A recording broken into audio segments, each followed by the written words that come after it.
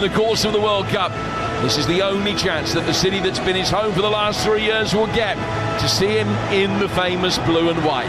As always, the levels of public adulation are akin to Spinal Tap's amplifiers, now laced with the knowledge that every World Cup game he plays could, conceivably, be his last. If this does end up being his swan song on the world stage, it will be as big a story as this wonderful tournament has ever thrown up. Well, these are the teams. Emi Martinez in goal for Argentina. Molina, Romero, Lisandro Martinez and Medina the back four. Paul and Almada wide. McAllister and Enzo Fernandez in central midfield. Lautaro Martinez alongside Messi. Becomes the first player ever to feature in 30 World Cup games. Vizinha in goal. Fame beyond his wildest dreams now. Moreira, Pico, Borges and Sidney Cabral at the back. Kevin Pina anchors the midfield. Mendes, Deroy Duarte, Laros Duarte and Giovanni Cabral. And then Nuno da Costa up front in a 4-1-4-1 formation. Argentina in the famous light blue and white. And Verde in the very dark blue shirts and even darker shorts, taking the acclaim of two little pockets of their countrymen in the crowd. There's probably about 100, 150 or so immediately behind the goal away to our right-hand side. And then on the higher tier here, a slightly wider pocket of them who are looking down and praying for a miracle. The referee today at Miami's Hard Rock Stadium is the Canadian Drew Fisher. Well, two countries find themselves between a Hard Rock and a place in the last 16. The holders against the World Cup's feel-good story as Cape Verde take on Messi and co, eyeing the most stunning shock of the lot. 10 wins in a row for Argentina. They've only conceded once in their last 6 games. Cape Verde without a win here, but more importantly, without a defeat. 6 unbeaten, and they have only lost one of their last 13. Will this be the most famous days that we talk about forever? Cape Verde will get us underway. They're kicking from right to left. The skies overhead still decidedly threatening. The bad weather has passed. And we are going to kick off as scheduled at 11 o'clock your time. And here we go, with Cape Verde getting us off and running. The ball laid back by the former Nottingham Forest striker Nuno da Costa. He never scored a goal in his time in the East Midlands. And the ball is played back now for Pico, the Dubliner. Crumlett, Shamrock Rovers player, lays it square to his left for Borges. Ball forward from him, headed down by Romero, and out of play for a throw that will be taken on the Cape Verde left-hand side. And I know, Stuart Pearce, that they really impressed you when you saw them against Spain. You weren't surprised that they gave such a good account of themselves as they did. What was it that really caught your eye about them? Well, it wasn't just the performance against Spain and, you know, defending and, yes, they rode their luck at times, but their counter-attack threat was there. The way they burst forward, having turned the ball over, you thought this could be a real threat going forward. I said to you, I'll leave it with you now, Jim. Pina losing the ball. It's chipped inside the penalty area. It goes through the right-hand side of the box and will go out of play for a Cape Verde goal kick. Yeah, the performance showed a real threat on the turnover of possession. A lot of teams that are subservient to the opposition sit back, defend deep, and when they get the ball, it's just a hurry clearance. That wasn't the case with Cape Verde. They played it, and they played it quickly, and they went with numbers. I said to you after that first game, I think they'll win one of their next 2 games. And they've ended up drawing both of them and got their really good results, you know, so be interested to see. They don't need to be too subservient today and respect Argentina too much. And as a result, they are the first debutants to be unbeaten in the group stage of a World Cup since Senegal back in 2002. Also the first team through to the knockouts without winning a game since Chile 4 years prior to that. The Argentinians in possession have the ball with Molina on the right-hand side. He's laid it back for Rodrigo de Paul, and very nearly seized upon by Nuno da Costa. He's touched a little bit too heavy, and then slightly sloppy. Romero going back to his goalkeeper, only just diverted it past the Cape Verde striker again. There will be a real intensity about Cape Verde. They will try and press, do everything they can, knowing that this is going to be a day where they see precious little of the ball. They'll try and force errors. They've done it again here. And Sidney Cabral, the left back, can work it forward. We can't find Laris Duarte in the midfield. Kevin Pina stepping forward. He's the midfield anchor man, wearing 6, playing in front of the back 4. Argentina getting it forward here for Lautaro Martinez. Out to the left-hand side of the penalty area. Cape Verde forced them away, but it's still 20 yards outside the box as it's delivered out towards Medina. Now back for Lisandro Martinez. Take a touch on the edge of the centre circle before working it forward. Argentina will expect probably to have about 75% of the ball, something like that. Judging by Cape Verde possession in the first 2 of the group games that they had against Spain and Uruguay, both of which ended all square. Work it forward here to Molina, bottom right-hand corner of the penalty area. He's gone down holding his face, but the Canadian referee, Drew Fisher, says that there was no case to answer. Play allowed to continue, and Cape Verde will bring it away. With 3.5 gone here on TalkSport at 0-0. Yeah, as I say, the Argentina have not got to take this Cape Verde side too lightly, but on the other side of the coin, Cape Verde certainly have not got to go into this game with too much respect. They've got to get after Argentina on turnover of possession, be aggressive. They're an athletic side. They've shown that in the group stage already. Difficult, I guess, when you're playing against a team that are the existing holders and who've only lost 5 of their last 86 matches, which is a quite extraordinary record. In fact, Scaloni's 100th game in charge today. He's won 72 and lost only 9, and 4 of those defeats came early on in his reign. The side have conceded a free kick here, which will be taken on the Verdean left, and Giovanni Cabral and Sidney Cabral, the 2 players that stand over him, right in front of the Argentinian dugout. Argentina with a line of 7 across the edge of the penalty area, just outside the penalty area. Sidney Cabral will just work the free kick short. Tapped it up the left-hand touchline. Now, Giovanni Cabral, the left winger, with the delivery. Half clear, goes out to Rian Mendes, wants from Nottingham Forest.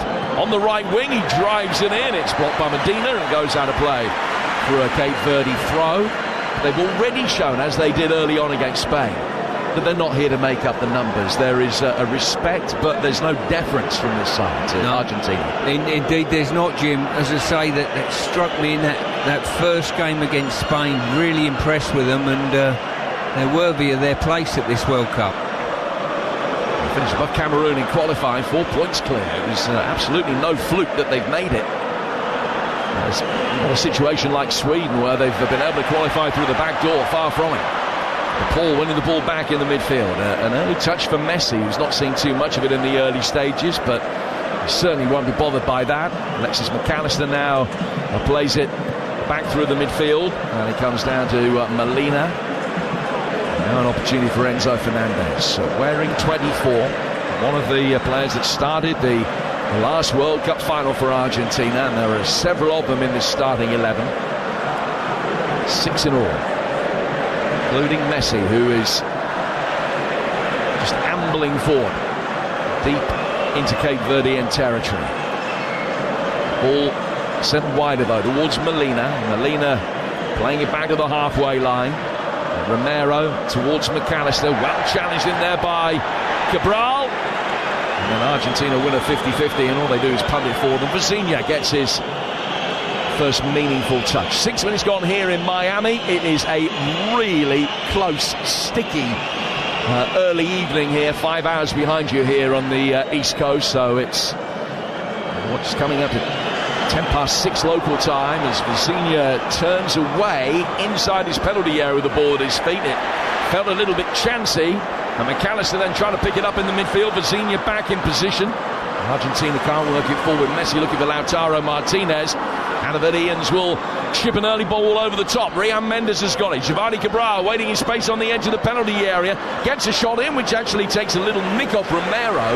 That wrong-footed Emi Martinez, but it took all the pace out of him. So he could just retrace his steps, bend down, gather cleanly. And we're 0-0 through the opening 7 minutes here on TalkSport. Yeah, a bit of loose play there by both sides. Cape Verde losing it and encouraging Argentina to get on the front foot. Then they lose it, and all of a sudden it's 3 against 4, bearing down on the Argentinian box.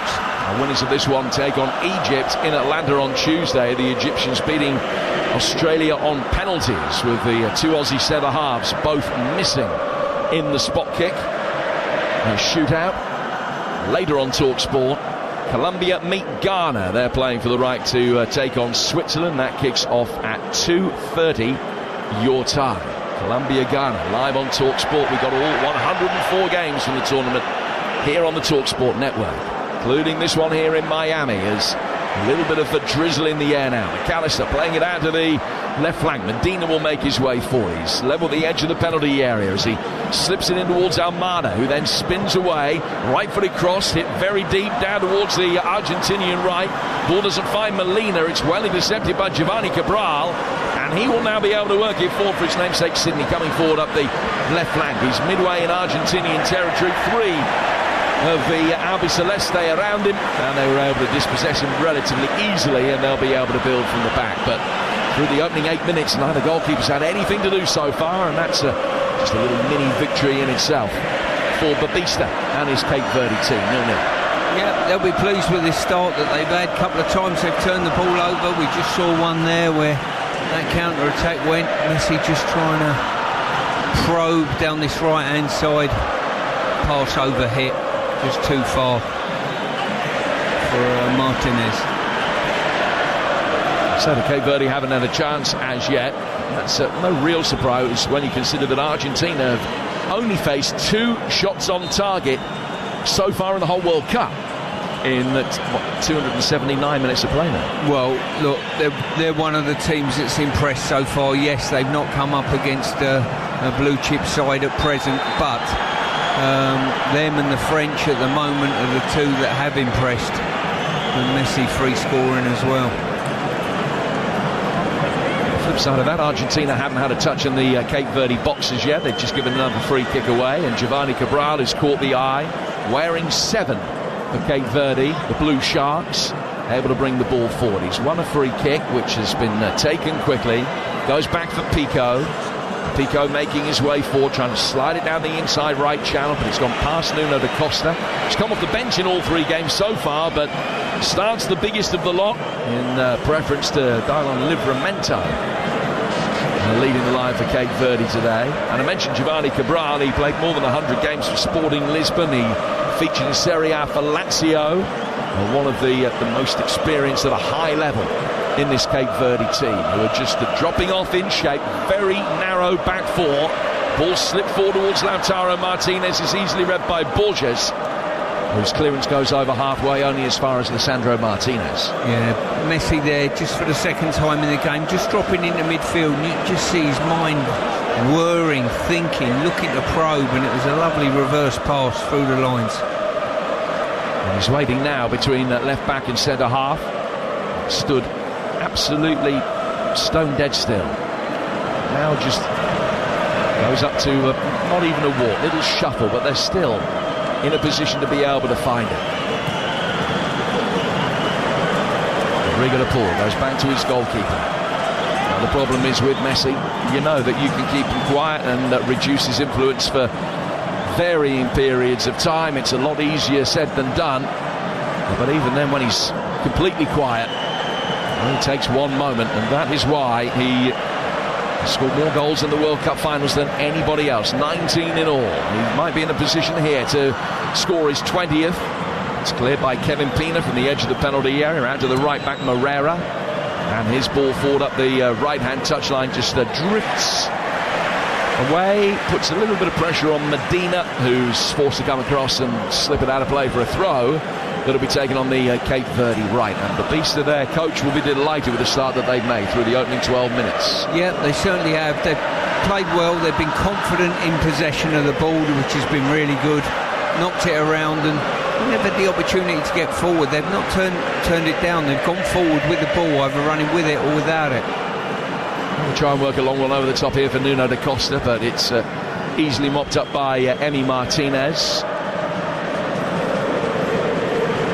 Only won the World Cup once in the last 40 years, Argentina, aiming to be only the third team in the tournament's history to retain it. I'll let you just have a think about who the other two were. Not the most arduous trivia question you'll ever get, I appreciate that. So Sandro Martinez comes forward through the centre circle, slipping it to the right-hand side here for McAllister. Now played out to the left for Medina. Medina controlling it. Back to the Argentinian back four again. Sandro Martinez will venture forward. Then he knocks it to his right-hand side for Romero. Romero into the feet on the edge of the penalty area. Well read by Pico. Gets it away. Everybody from Cape Verde well inside their own half.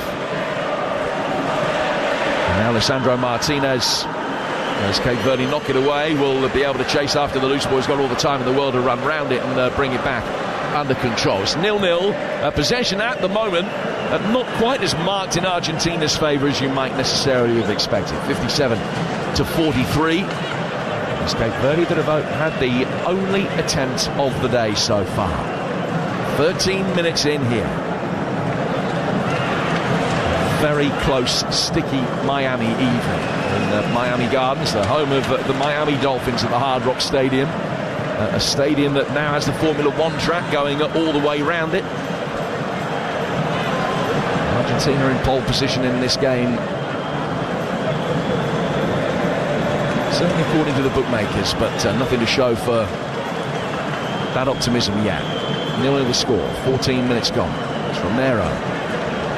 Plays it out towards the Argentinian left. Cape Verde backing off.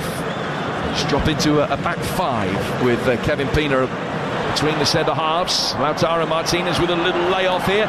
Shot from a tight angle across the face of goal. Might just have taken a little nick on his way through there from Messi.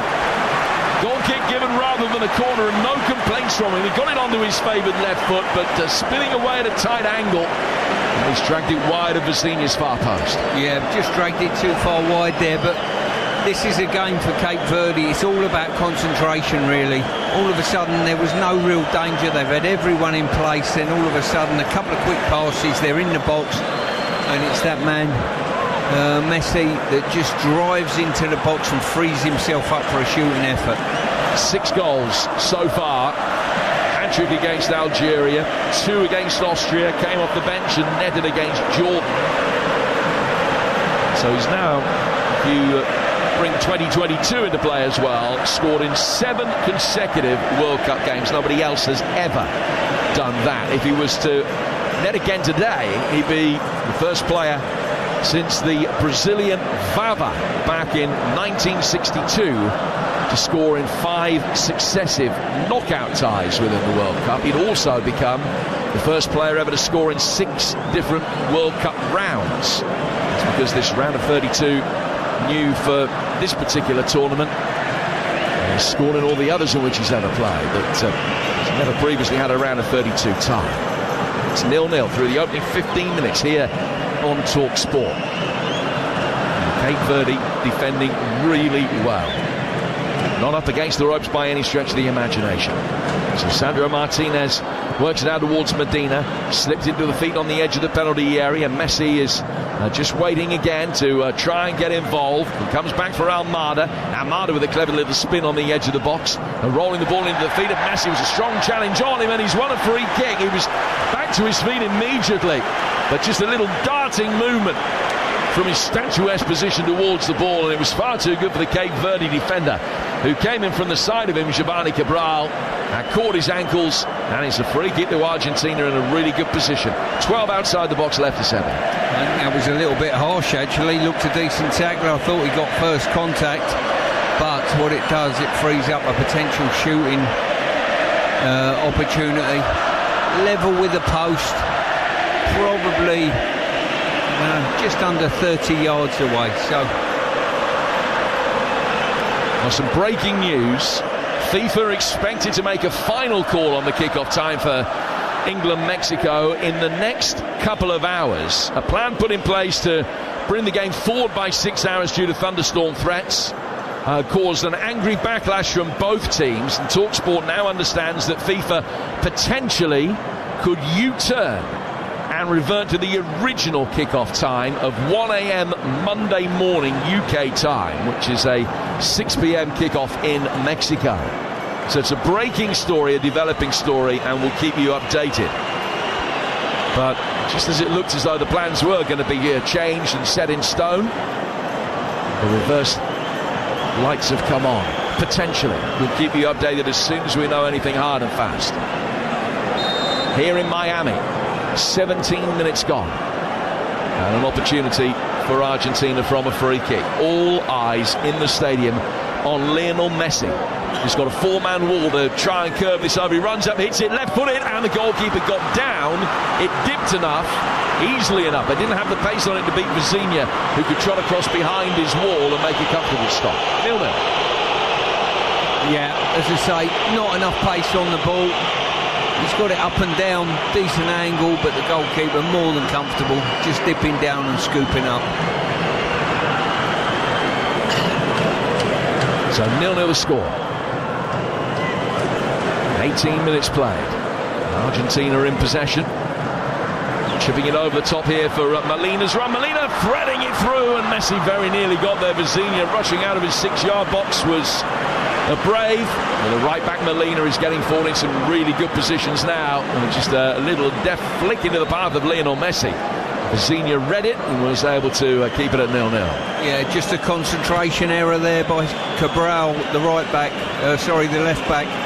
He just switched off, straightforward ball over his head, was just enough to catch him out. And the goalkeeper's taken the strikers on occasion, 2 occasions now, and he's got to be careful. They'll read it the third time, I can assure you. Yeah, he's just croifed his way past Lautaro Martinez, and he's been able to get Cape Verde on the front foot here with Sidney Cabral coming in off the left flank. Now towards Duarte. Moreira, the right back, finding himself in the central midfield for a moment. McAllister is able to pick it up, and he will work it out towards the left-hand side. Rian Mendes just dropped in at right back after Moreira had gone wandering. But they've got their shape back to the more tried and tested 4-1-4-1. Although when they haven't got the ball, Mendes sits really deep on the right-hand side, and it is often more like a back five. Just looking at the fullbacks of Argentina, you rightly said there, both of them are pushing so high, aren't they? And just leaving the build-up to 2 central defenders and McAllister. Here's Messi. Messi flicking it to his left. Out it goes to Medina. Ball inside the penalty area, easily blocked. Kevin Pina is going to be able to bring this away here. No challenge coming in on him. He's got time to pick his pass. Molina, the right back, follows him into central midfield. So the Argentinians have just lost their shape for a moment. The ball dropping back in at right back. And we've still got the ball with Giovanni Cabral. The former Sporting Lisbon man runs a long way round the midfield to work it out towards Sidney Cabral. Sidney Cabral, the fullback of Benfica. Slipping it through to Roy Duarte. Now to Kevin Pina. Roy Duarte again. Pico to Borges.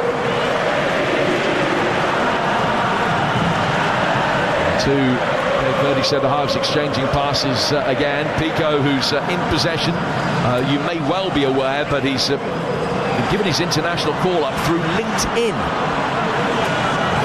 Thomas Tuchel's listening. I have got a profile, just in case he needs a right back. We were faxed in our days. No, hang on, they weren't invented either. Sorry. Yeah. Carrier pigeons gave for you. Yeah, absolutely. He used to send them from Lancaster Gate down to your house. A white dove landing on your doorstep. I'm just looking at Argentina. The one plus Cape Verde have got is Argentina are not pressing them aggressively out of possession, and they can get a feel of the ball, set the tempo of the game, and this is a real plus for Cape Verde. Pico's got that again. 350 Shamrock Rovers games behind him, having featured in nearly half as many for Bohemians earlier in his career. He's played it down to the Cape Verde left. It's a team full of extraordinary stories, but have they got another extraordinary performance and result in them? First quarter of this game suggests that they're not phased at all by the level of opposition they're playing. It's just given away there by Pico as he tried to roll the ball forward into the run of Moreira and missed him, and then Messi very nearly turned away from Borges.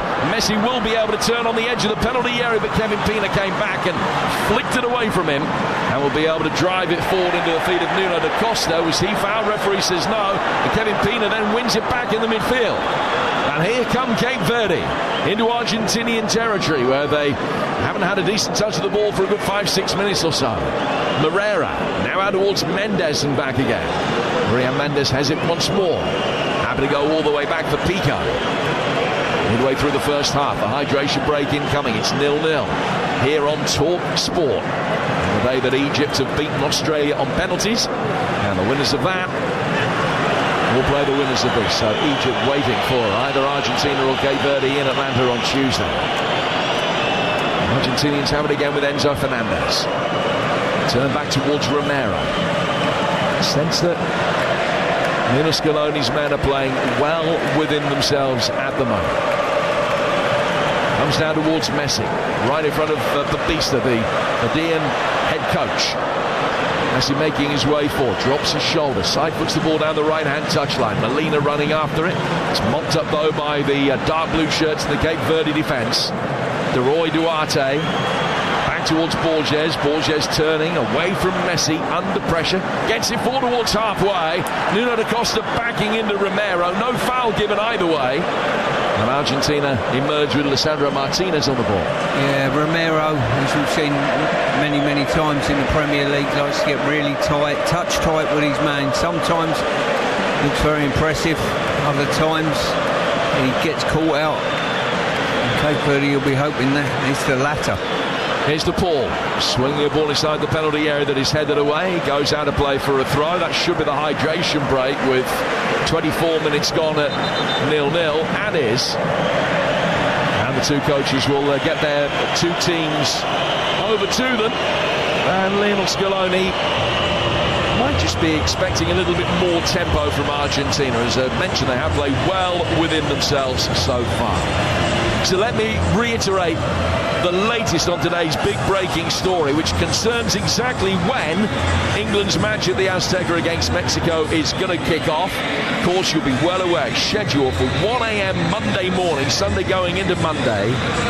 But plenty of speculation doing the rounds early that he was going to be brought forward by 6 hours due to the threat of thunderstorms and horrendous weather incoming in Mexico City on Sunday.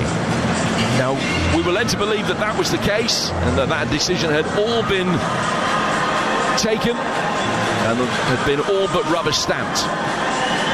We were also led to believe that both football associations were livid at the way that the decision had been reached. Now we understand that FIFA are expected to make a final call on the kick-off time within the next 2 hours or so. That plan that's been put in place have forced an angry backlash from both teams, and TalkSport understands that FIFA could be set to U-turn and revert to the original kick-off time of 1 a.m. Monday morning UK time, which is 6 o'clock p.m. local time in Mexico City. The forecast that we have that the worst of the weather will have passed by that stage. We will keep you updated as soon as we know anything concrete. But as of now, we're still unclear when England's game against Mexico will kick off. One thing we can tell you, it will be live here on Talk Sport. This one here at the Hard Rock, 0-0 between Argentina and Cape Verde. 3 attempts so far, 2 of them for Argentina. Not a lot to worry Cape Verde with 1 Messi set piece easily saved. And they'll be thrilled with the start that they've made here, Stuart Pearce. Yeah, they certainly will. I think playing a part in the good start that they had is the fact of Argentina look as though they don't want to do the dogged pressing to turn the ball over quickly. I think it's probably slightly a different mentality maybe from I'm just trying to equate it. If this was an England team, there would be frustration from the terraces now. There is absolutely none of that from the Argentinian supporters.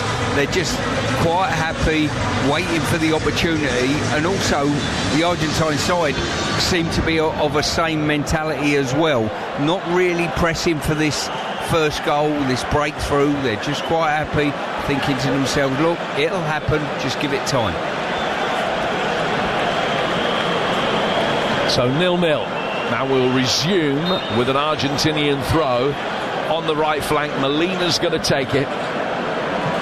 Lautaro Martinez making his way towards the ball. He scored his first ever World Cup goal at the 9th attempt in the last game against Jordan. A 3-1 win.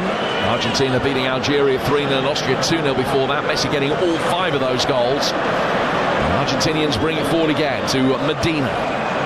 Back to Lisandro Martinez, who's suffered with a real injury-hit season at Manchester United. Lisandro taking a couple of touches. Knocks it to Romero.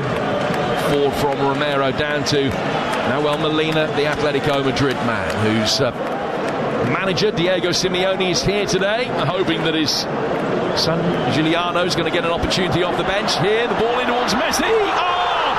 How on earth has he squeezed that in? That is why they don't panic, because they've got the best player the world has ever seen in a position to make the most of what is not even a half chance. Long ball lashed over the top. The smallest man on the pitch had to stretch to reach it, and then having taken a touch, he's fired it from a tight angle into the roof of the net. He's done it yet again. 8 successive games in the World Cup with a goal. No one has ever managed that before. He's the first player ever to reach 20 in this magnificent competition. Milestones that he's reached with another sensational, almost inconceivable goal. He is the magic man. He is the best we've ever seen. And he has done it once more to give Argentina the lead in the World Cup. Well, the hydration break has done it again. It's concentration, and all of a sudden that lapse of concentration. Borges has not seen the spin from Messi. He's just wheeled him behind really quickly. His control, Jim, on the outside of the left foot is magnificent. He put the ball where he wanted and then just relaxed for a moment and lifted it into the roof of the net. Some player. The only team to have stopped him scoring since the start of the last World Cup was Poland. And he's ahead in the Golden Boot race again. 7 now in 4 games in this tournament. 20 in 30 World Cup ties. The only player ever to score in every round of a single World Cup. He's now the only player ever to score in every round of the World Cup at every format.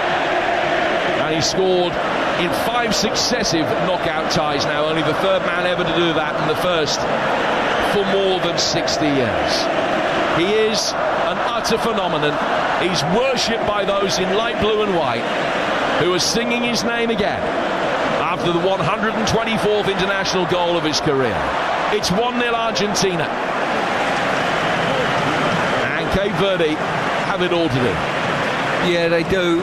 As I say, they come out the hydration break and it's just a lapse of concentration. Messi's a pass master. You can see his mind ticking over now. He's seeing pictures of his teammates on the ball and he thinks, where's the space? And he just walks in, or he stands and doesn't move. He's scanning all the time. What's around him? Where's the space? 3 passes ahead of anyone on this pitch. And I include probably both jerseys in that statement. 20 goals in the World Cup for Messi, and Mbappe next in the list with 18. Miroslav Klose, who was the all-time record holder just, 3-4 weeks ago. 3rd in the list now with 16. Giovanni Cabral bringing the ball forward for Cape Verde as they look for a response. He's won a free kick. They have come from behind once in this tournament already. They led and then trailed against Uruguay and hit back to equalise. Took that game to 2-2. But against Argentina, it is a completely different task. Sidney Cabral for the Verdeans, coming in off the left flank. Clipped in right-footed, he's overhit now at Emi Martinez, who hasn't had a shot on target to save as yet.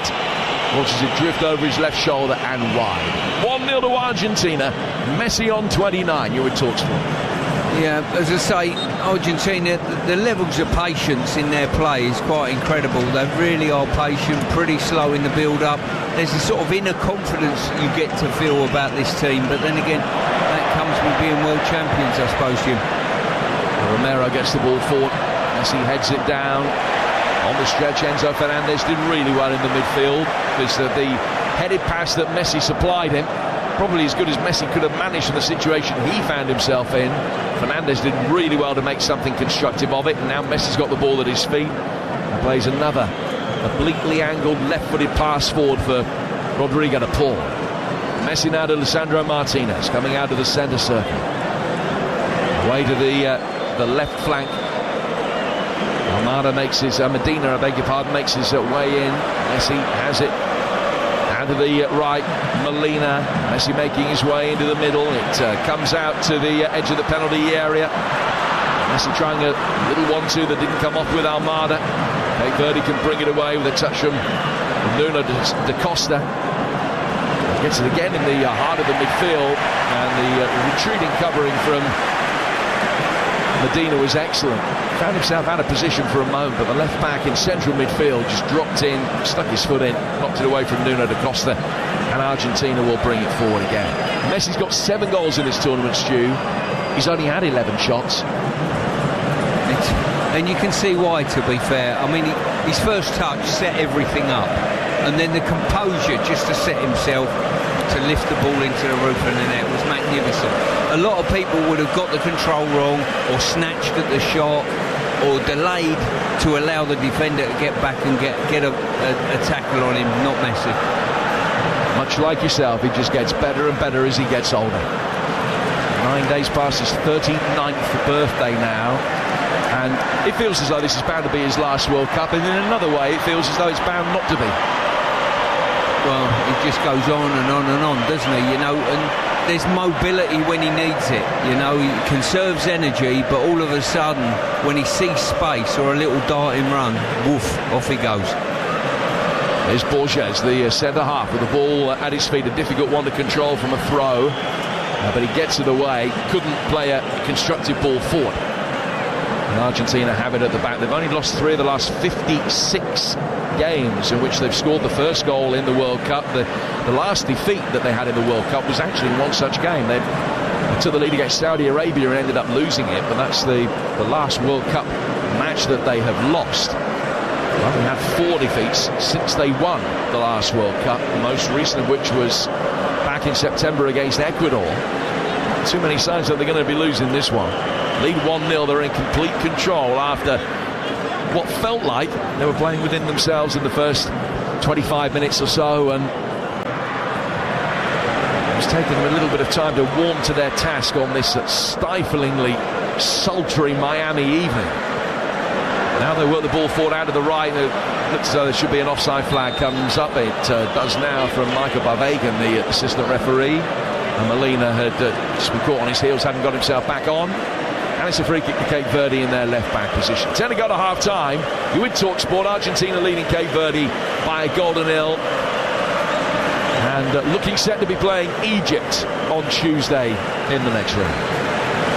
Yeah, as I say, the route onwards into the final for Argentina doesn't look too bad on paper.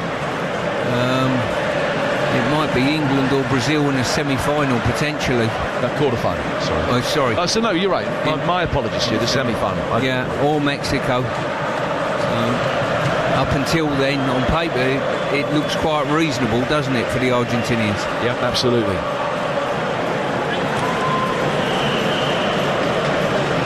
Cape Verde have got possession in the right-back area. It goes back out of the touchline. Now they play forward again by DeRoy Duarte, and chased gamely by Nuno da Costa. It's just only taken a touch and gone out of play, and it is a throw that Cape Verde will take. A lack of possession hasn't been a problem in games at this World Cup so far. Cape Verde, a case in point.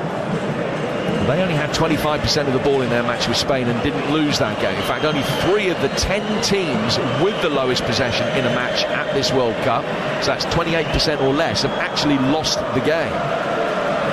Verde, one of the 7 that have defied the odds, if you look at it that way. Not really seeing too much of it here. A little bit more than they did in that match against Spain. Herrera bringing it forward, right-hand side of the penalty area, smashes it across. Rare opportunity to get in the Argentinian box, and he's not made the most of it.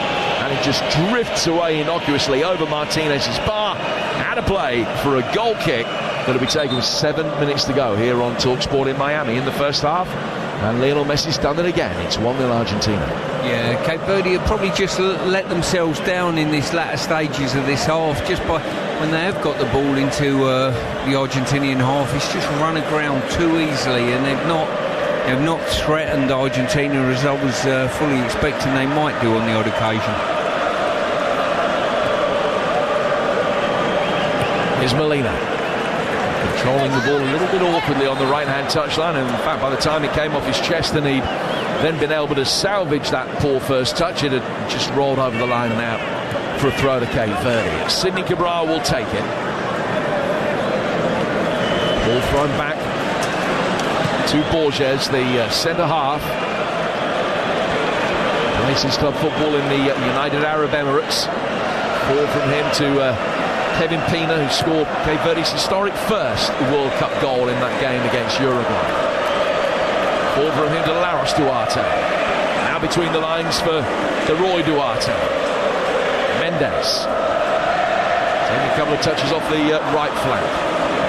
Herrera inside, but he's worked it back instead. Laros Duarte taking a touch, running into trouble in the form of McAllister, who toe-pokes the ball away, but he can't get possession back. It's Giovanni Cabral. Looks as though he's thinking about shooting from 40 yards. He's playing a brilliant ball instead. Right foot across the penalty area, and he's brought down now by Sidney Cabral. Cabral outside the penalty area. Ria Mendes fires across in, and that's knocked away by Medina, but that was far and away the most adventurous piece of attacking play we've seen from Cape Verde, with a beautiful angle pass through for the run from the right back. Yeah, it certainly was. That was the best piece of play to set up the opportunity just inside the box in a good crossing area, and he just overhit the pass. It's that little bit of quality, Jim, that they needed right at the end of that passing succession. Yeah, a better ball in from Steven Moreira, who plays his club football here in the United States with Columbus Crew. They might have been able to fashion an equaliser. As it is, it remains 1-0. Romero has the ball at the back. And Messi, incidentally, with the goal that he scored, has become the oldest South American player to score a goal in the knockout stages of the World Cup, beating a record that was set by a Uruguayan whose name I can't remember, and no disrespect, I don't think it will really mean anything to any of us, but it was 72 years ago. Ball will be played for. Messi's won it back again for Argentina, and Sidney Cabral trying to bring the ball away. And it goes out to the left-hand side of midfield. Back for Alexis McAllister. He's in the central area, 20 yards outside the penalty area. Now comes towards Molina. Molina playing it back. McAllister showing for it. Molina again. Now towards Romero. Romero is 15 yards inside the Cape Verde half. His left-hand side is Lisandro Martinez. We've got 5 minutes to go to half-time. More at half-time on the continued situation with the potential change in kick-off time for the England-Mexico game. It looks as though it was set in stone and now isn't again. And we'll bring you more on that developing story at half-time in this game, which is probably 7 or 8 minutes away. Ball played for, the offside flag is up against Messi, which is the collector's item, and it's a free kick to Cape Verde on the edge of their penalty area. Messi with another brilliant goal. It was the first touch that made it. The finish wasn't bad either, and Argentina leading Cape Verde 1-0. Yeah, just going back to Messi there, he's got the ability, as Pelé had, probably my first memory of a player, the ability to do the simple easily. Giovanni Cabral bringing the ball forward. It was a magnificent turn to get away from Molina. That's certainly one for his personal highlights reel. But it all fizzles out very quickly. It's an Argentina free kick outside the box. Yeah, there's never any margin for error necessary, is there? Because everything from scintillating downwards he can do without even thinking about it. Yeah, he'll literally, if he's in a tight area, he'll just roll a little gentle 10-yard ball to a teammate, and then all of a sudden he comes to life and can go past 2 or 3 people. But he picks his moments perfectly. And the point that you made on the podcast, the TalkSport Daily, which dropped this morning, that you, Adrian, and I chewing the fat last night, the point that you made about Messi, the eye test, is absolutely correct. He's just a wonderful player to watch, and the comparison in numbers between he and Cristiano Ronaldo can be read any number of ways. He's just won another free kick here, but if you could only pay to watch one of the two, I think a lot of people would pay to watch Messi rather than Ronaldo, just the very nature of the way that he plays, which is not to denigrate the goals that Ronaldo scores, but it's just something about Lionel Messi. Yeah, as I say, I think he's slightly easier on the eye. Just got the ability, low centre of gravity, finds a great pass, and listen, all the great players can finish. That's why they got the goals tallies to the name they have. Lautaro Martinez has found Vizinha, Cape Verde goalkeeper, back on his feet. Free kick worked out of the Verdean right and then fired down the touchline straight out of play.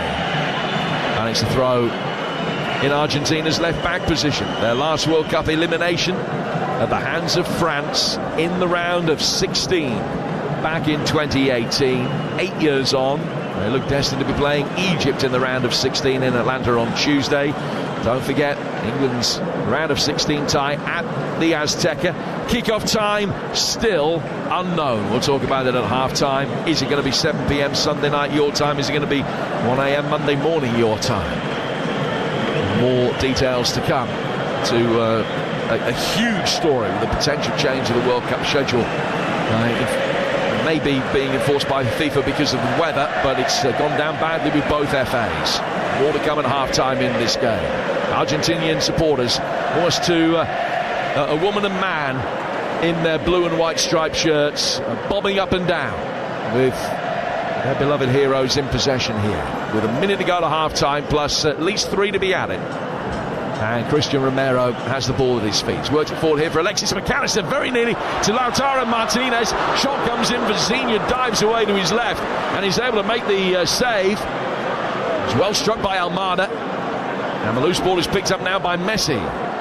Messi near the edge of the penalty area. Another little flick from him. So much of what he does almost looks disdainful and permeated by disinterest, and yet nothing could be further from the truth. Verde got to make sure they don't concede a goal before half-time. I think it's all over if that is the case. It's just a game of concentration. Stay with your men, especially if he's a little fella with number 10 on his back. Yeah, picking up the one with number 10 on their back is a difficult thing to do here at the Hard Rock Stadium, because there are probably 60,000 of them. Here's Messi trying to get in right-hand side of the area. Long ball over the top of Borges. Cleared him and Lionel Messi, and goes out of play for a goal kick that will be taken away to our right-hand side. We're in 4 minutes of added time at the end of this first half, with Argentina well on top at 1-0. I've got to say, that was a similar ball from Martinez there, over the top of Borges, and on that occasion it was just slightly too far from Messi, near enough an identical build-up to the goal. Enzo Fernandez, who's tested Vizinha, getting the ball into feet, plays it back away from Maria Mendes. Romero able to build from the back here for Argentina. There's no pressure coming on him, and so he could siphon it forward easily here for Messi. Down for De Paul. Messi makes his way towards the edge of the D. Passes exchange between Molina and Rodrigo De Paul. De Paul's such an important cog in this Argentina machine as well. So much to create the space for Messi and give him the free roll that he craves. Got it here again, the little Supremo worked forward towards the edge of the penalty area. Cape Verde knock it away. Comes into the edge of the box again. Messi trying to drag it with him, but it's knocked away. Forward towards Cabral. Cape Verde lose out in the centre of midfield. Deflected ball forward. Cannons off the back of Lautaro Martinez as he tries to drive forward. And then his second touch is a foul as he catches Cabral. It's a free kick to Cape Verde, about 10 yards outside their box. It's 1-0 to Argentina with a couple of minutes to go to half-time. Stuart. Yeah, I think Cape Verde are eroding their own confidence, Jim, with their lack of ability on the ball. A little stumble here and there, loose pass. It's just, you can see it in their body language, just eroding what they're attempting to achieve, which is dangerous against this Argentinian side that will hurt you. But at the moment, they've done enough to get their nose in front, and physically they're going to go through to the next round having not broken sweat almost.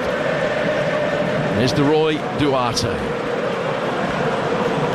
Aerial crossfield pass from him, brought down by Pico Lopez. Shamrock Rovers player working it out to the Cape Verde right. Going to be chased by Laros Duarte down towards the corner flag, but Argentina are able to double up on any attacking player with ease, seemingly. Now they can knock it away. Nice touch from Enzo Fernandez in the midfield. He gets the return ball and then fires it down to the Celeste right-hand side for De Paul. Back from him to Enzo. Messi has it. Still at walking pace. Doesn't need a break sweat.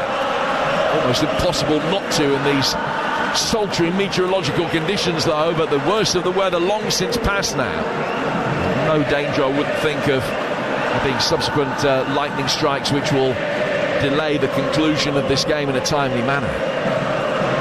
I've got to say, I don't think McAllister's actually got out of a walk at the moment. He's just there, he's bouncing the ball off of people, strolling round. And interesting to see his stats for this game. Absolutely, he stood on the ball, walking pace once again. Yep. Just flicks it off to his right-hand side for Romero. Closing seconds of the first half. Romero for Lisandro Martinez.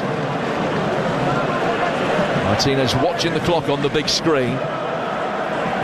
And he slows things down to a standstill, just ready for Nuno da Costa to come and engage. Argentina declaring with a half-time lead of 1-0. Romero gets the last touch of the first half. Lionel Messi, unsurprisingly, with the most important touch of the first half. A quite magnificent finish. Goal out of nothing. Ball chipped over the top.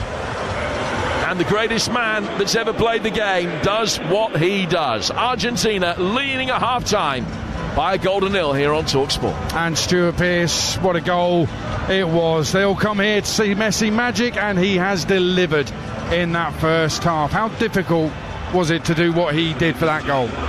Well, his movement is so intelligent, you know. I think it was Martinez who's played the ball from deep. It was I wouldn't say a pretty straightforward ball. It was a good ball, but Messi's movement, he's dropped his shoulder, spun in behind. Any defender worth his salt should be reading that, especially if you know Messi's going in behind. But where the quality come, yes, the movement was very good. Where the quality come, he's just brought it down with his outside of his left foot, and then he's composed himself. He's not snatched, he's composed himself. He took that extra split second, wait for the ball to bounce, and then lifted it in the roof of the net. For him, he does it every day. It's like getting up and having cornflakes for Messi, you know. But for some players, they would snatch at it, miscontrol it, get excited, not even spin and going behind, not have the ability to do that without going offside. Listen, he's broke the deadlock. It's been the one real piece of quality in the game, if all be told. And Argentina think, well, if you're not going to test us, we'll not expend any energy at this round of the tournament. We'll save it to the next round. Well, they haven't had a shot since the 7th minute. They haven't had a shot on target in that first half, Cape Verde. And it feels like the kind of game, actually on the ball, when they've had the ball in undangerous areas, admittedly, but I think they've looked quite tidy on the ball at times. Cabral, you know, I think he's got something about him, but they need to do something different in the second half. What is their manager going to tell them? Well, what they've done, they're not getting pressured by Argentina in any way, shape or form, because Argentina don't fear them. So they're saying, well, you can have the ball, you can pass it round. Even in key areas beyond the midfield, in that third in front of the... they've received the ball on a couple of occasions, and you thought, what a great position to pick the ball up. But they've just not had the quality in the odd occasion when they've got into areas like slightly before half-time. made a great run into the far corner flag. He's got the ball, received the ball. Martinez has come to shut him down. All that should be on your minds then is, I'm going to get something out of this. Worst case scenario, a throw-in. Best case scenario, a corner, or I go past him. He managed to lose it, and it just erodes your confidence. Well, they are against a really great side. You mentioned McAllister before. I've got his heat map right in front of us, Stuart. It's very central. He's had 50-odd touches in that first half. I don't know, is that good or bad? What are you saying about McAllister's first half? He's doing what he's asked to do. He's a little bump pass and a wall pass and a triangle pass, and he's doing no more than that. And this is where you find me if you need me. I'm in the centre circle, OK? He's like a good Uber. You know where to find him. In the middle of the carpet. But could he be doing more? Well, there's no need to. You don't have to at this moment in time. Let the others do their work. Let's work it and try and get it into Messi and the like. The two fullbacks are pushing high and aggressive.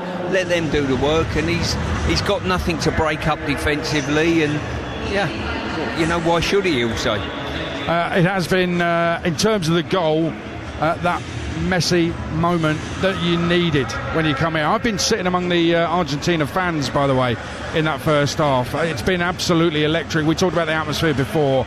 It's maintained that atmosphere, and when he scored, the decibels rose so much. And all those Argentina fans who were up and bouncing and dancing, they were doing that for most of the half where I was sitting, Stuart, and their calves are going to be throbbing in the morning. I've got to say, incredible support they have. I remember in 2014, I went to Rio to cover the game. Argentina were playing in Maracanã, and I got on the underground train, and it was just full of Argentinian fans, and the train was literally bouncing off the tracks. They come and support their team, and up ahead, I'm thinking of the games potentially up ahead. Hopefully we get the opportunity to come up against Argentina. If we don't, it might be Brazil, it might be Mexico. The atmosphere is going to be absolutely outstanding. It will be sensational. It is here in Miami, where the world champions Argentina lead Cape Verde by a goal to nil. 1-0 means you've still got a chance, but Cape Verde have got to come out and play. Let me fill you in on what's happened. You already know FIFA expected to make a final call on the kick-off time for England's round of 16 clash with Mexico in the next 2 hours. Plan was put in place to bring the game forward by 6 hours due to thunderstorm threats. That sparked an angry backlash from both teams. TalkSport understands FIFA are set to U-turn on that decision change and revert to the original kick-off time, 1 a.m. Monday morning, Sunday night, Monday morning, UK time. So it was going to change, and now it isn't. It looks like it's going to be 1 a.m. Monday morning, UK time. We'll get more on that shortly on TalkSport.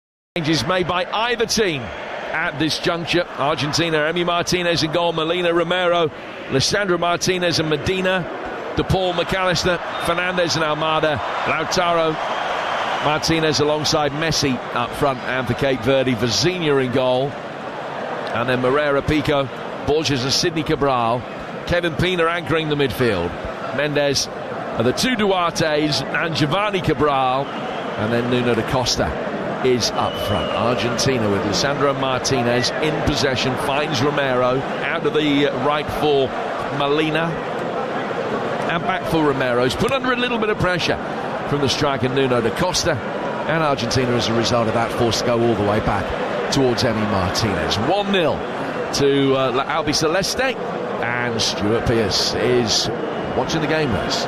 Yeah, just watching Messi when he come off the pitch earlier, just talking to Borges, looked as though he was not happy about the odd challenge coming in, nor were the managerial bench of Argentina on occasion. It just makes you wonder if they do get a second or third goal, whether they'll take Messi off to look after him. But from Verde's point of view, they cannot keep going on like this. They've got to change something, because otherwise they're going to go home. So if you're going to go home, you're better off going home having a good fight about it. I'll come back to that point in a moment as Almada knocks the ball infield for Argentina. Romero is inside the centre circle. Gets it forward for Rodrigo de Paul. Out on the right-hand side, Messi linking up the play again. Almada is being detailed by Kevin Pina. Plays the ball back and it's just gone out of play for a throw on the Cape Verde left. Do you think part of Babista's game plan, the Cape Verde coach, will be to try and keep things as they are until maybe 20 minutes from time, that he can't go too open too quickly, that all he can do really is hope that this stays 0-1 until maybe 70-75 minutes and then they have a go? Well, there is that, but the other side of it as well, Argentina are playing at a walking pace now because it suits them. They're in front, it doesn't really matter, they're in full control of the game. Cape Verde have got to try and up the tempo of their play, because they've dropped into the same sort of tempo as Argentina. Giovanni Cabral has released Moreira here. Ball inside the penalty area. It was a heavy touch from Nuno da Costa, and Argentina were able to get it away. It was a more promising move. The best move that we saw in the first half was another ball like that from Cabral for a run from the overlapping Moreira down the right-hand side. But they haven't been able to get the final ball right when they've got themselves into that position on a couple of occasions. Now with Sidney Cabral, they'll make their way forward, and they've won their first corner here, which comes 3 minutes into the second half on Talk Sport. First corner of the day, Stuart. Yep, see, that's better. They've got the ball into that far corner flag area, but something's come of it. They've got a corner out of it. Prior to that, on a couple of occasions, they've got promising situations, and literally nothing's come of it. Argentina have left two up top, Messi and Lautaro Martinez, as the corner comes in, swung in towards the edge of the 6-yard box. Nico Lopez was up there attacking it, right-footed effort, then clears the bar, and has taken a deflection from Cabral's effort. Now for another corner. I think it was rising over the bar anyway, but the little nick helped it, and it's out for another corner, this one on the Cape Verde right. 1-0 Argentina. Yeah, I think if Argentina are going to leave two up, I'm not so sure they're going to do that now, just Messi. If they leave two up, you're better off going and playing a short one, which causes more problems to the defensive lineup. There's absolutely no one showing for a short one on this occasion, though. Sidney Cabral will take it. It's a right-footed away swinger. Plenty of air underneath it. Cape Verde head at the far post, actually took it away from goal, and one of the players is down injured, lying on his back. Another shot comes in from fully 35 yards out, and that was extraordinarily optimistic from Rian Mendes. He's put it straight into the Argentina supporters. Meanwhile, the stricken Cape Verde player is going to be able to get some treatment. There is Giovanni Cabral, and he climbed to meet the ball, which was in the air, and he was given a push on his way through, and he went over the top of one of his teammates and then landed awkwardly, and there might have been a clash of heads as well. Apart from that, he came out of it unscathed. He's okay, he's back on his feet and able to continue. I've got to say, he got some height on that leap up. Probably only his teammate that caused him an issue. And he's done all right, the number 7. You'd say that he's much the brightest of their players.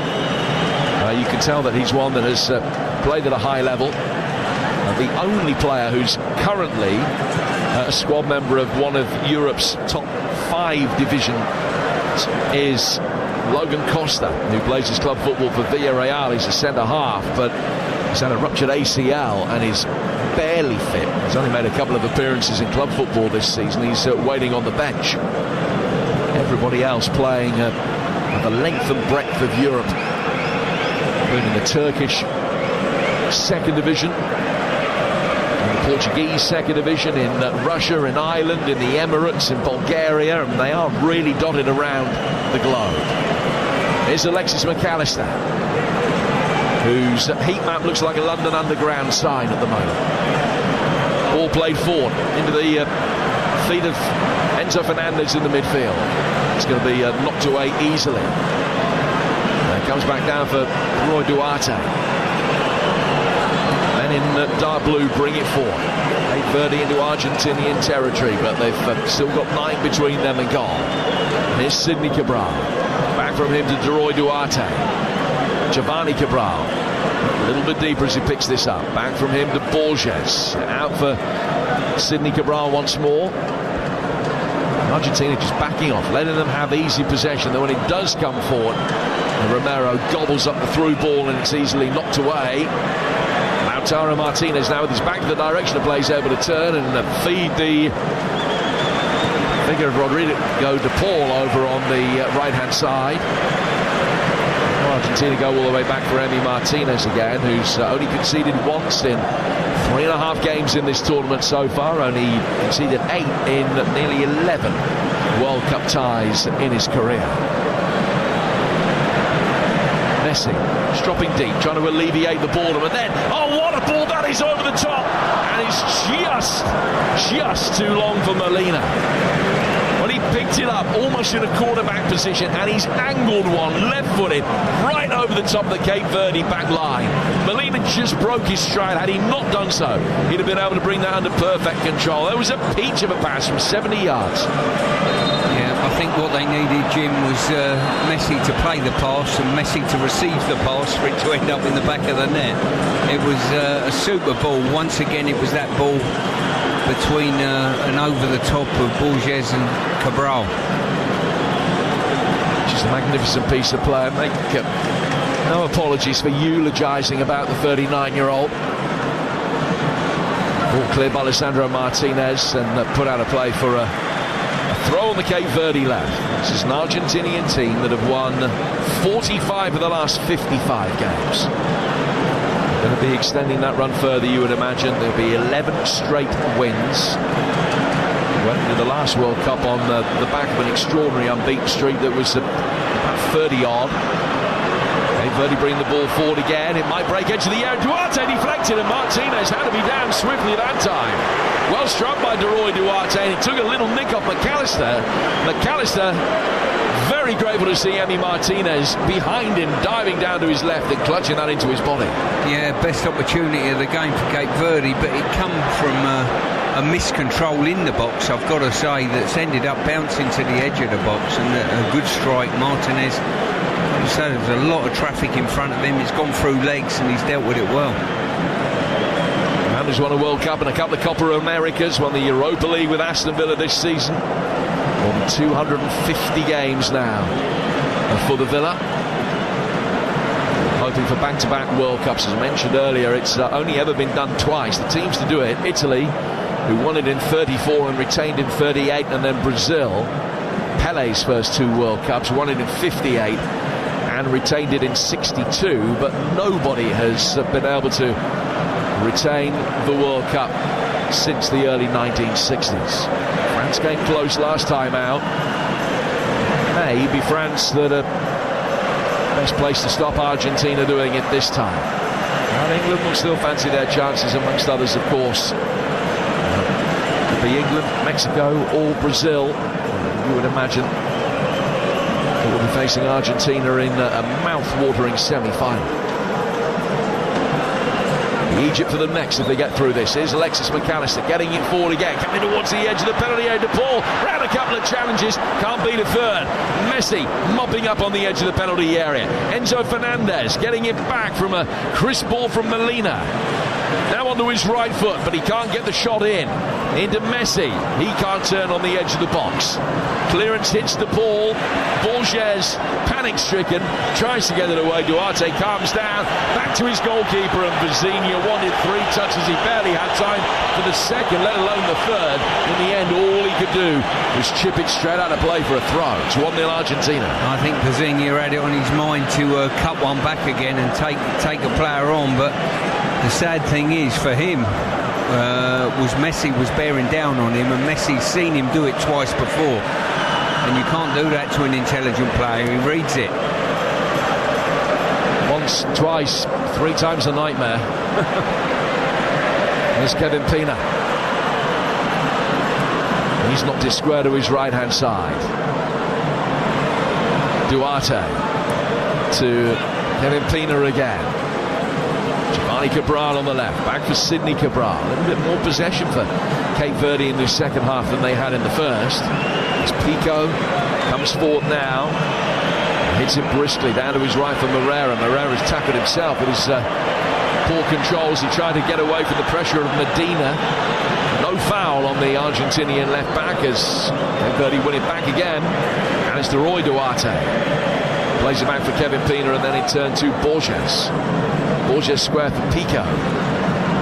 Pico 10 yards inside the Argentinian half, rolls it down the line. He's expecting Nuno da Costa to make a run.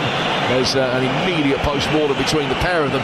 The ball has drifted out of play in front of the mass ranks of Argentinian supporters away to our right-hand side. And Stu, we're approaching the hour mark here, live in Miami. And still Argentina 1, Cape Verde 0, and precious few signs of there being any problem for the Argentinians here. No, they're more than comfortable. They're at walking pace at the moment, conserving energy. And what we need in this game is a goal from absolutely nowhere from Cape Verde. But to do that, they've got to find a pass, have more quality going forward, and raise the tempo of what they're trying to achieve. Certainly on the counter-attack.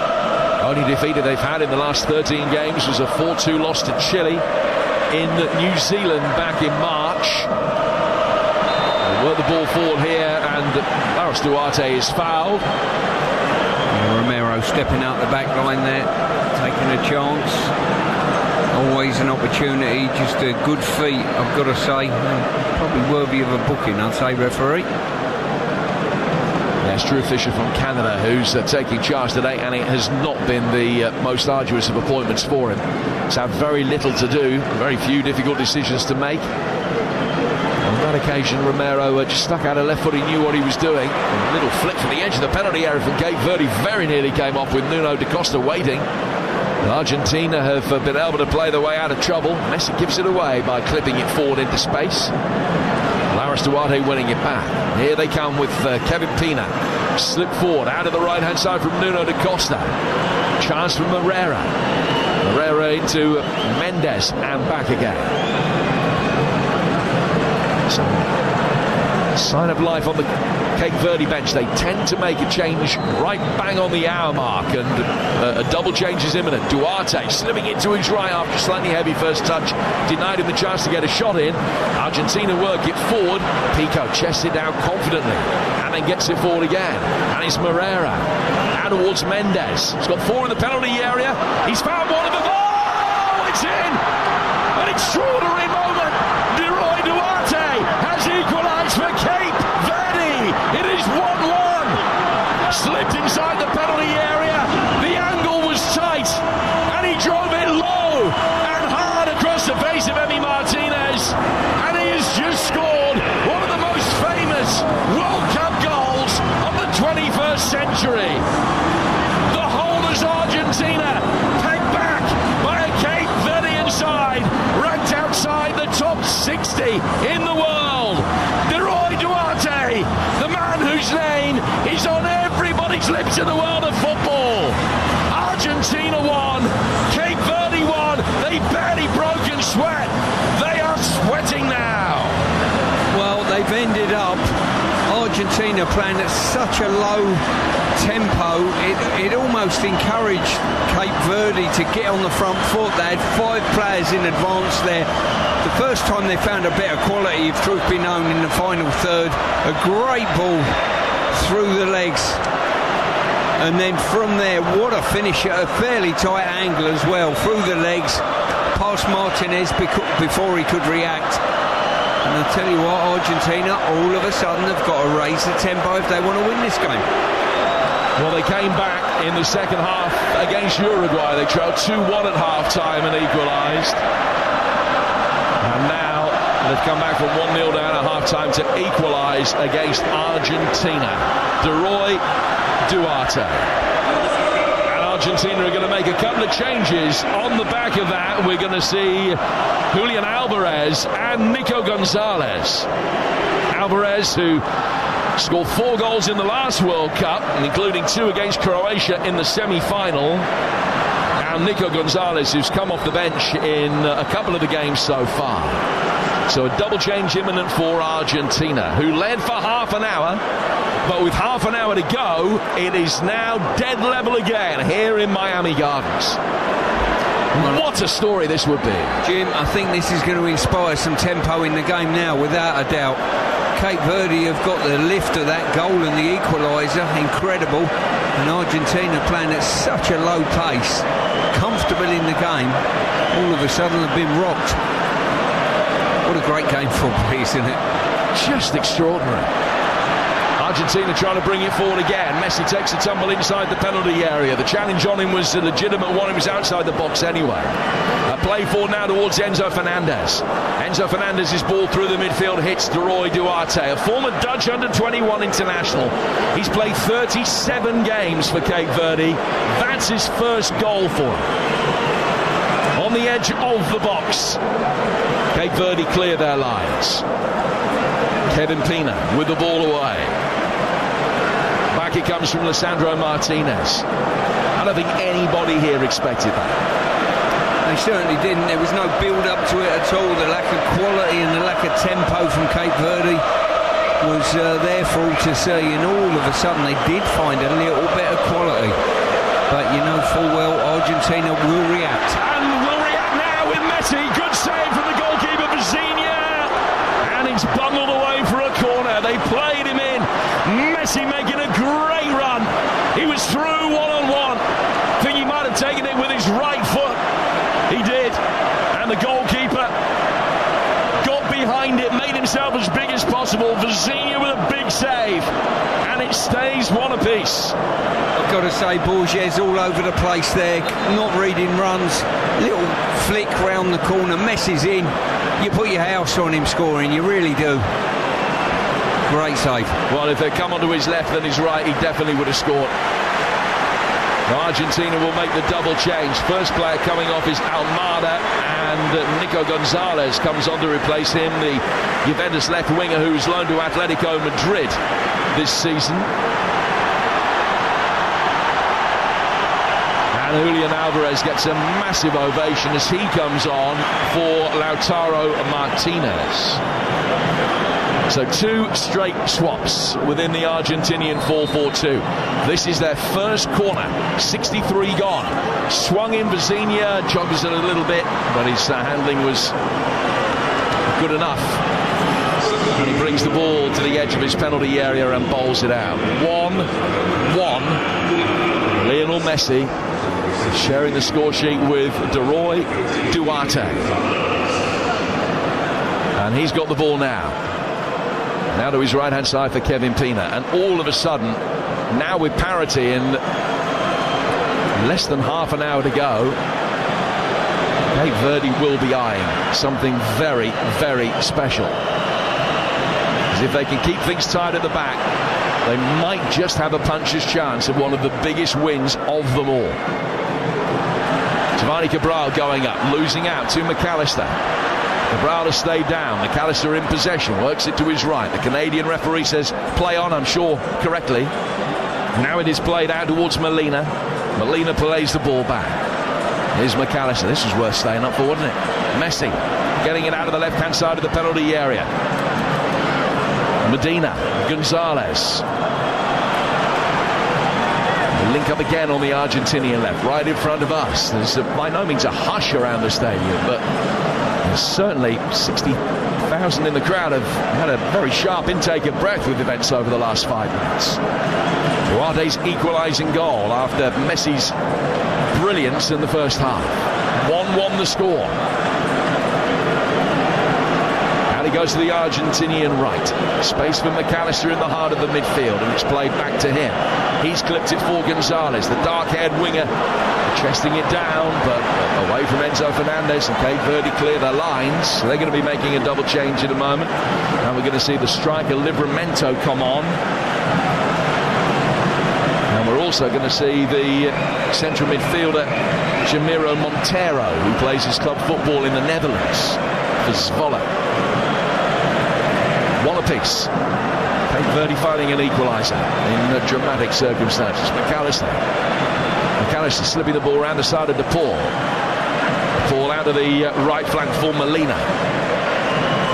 That's play back for Lisandro Martinez again. A little give and go in the heart of the midfield with Julian Alvarez, who's dropped deep. Messi waiting, strolling towards the D, waiting for the moment to arrive for him to make that important darting run. Alvarez shaped to play it into him. Messi thought about going, but then didn't. Argentina play the ball more conservatively back out to the right and now through the centre halves. Now they look over the top. It's Nico Gonzalez chesting it down, and a hitch kick, right-footed effort goes wide from Enzo Fernandez, who claims a corner, hasn't got one. And he's going to go out of play for a goal kick, which will be taken after the double change for Cape Verde. So Laros Duarte to be replaced by Montero, and Nuno da Costa is going to be replaced by Livramento, who started against Spain and Saudi Arabia. He came off after an hour in each of those games. A striker who's only scored one league goal over the last 2 seasons. But he comes on here with the 25 minutes of playing time to go. That's all that separates Cape Verde from taking Argentina to extra time. Well, incredible really how this game's gone. It just goes to show you cannot, when you're 1-0 up in football, take your foot off the gas. And I think Argentina have probably paid the penalty. They were so comfortable in the game. They were playing at walking pace, and it's difficult for them, even at this moment in time, Jim, to lift the pace of the game that's needed. Well, they've only had 6 shots in 67 minutes and 3/4 of the game. Cape Verde have had 5. Cape Verde restricted Uruguay to just 5 attempts in the game between those two.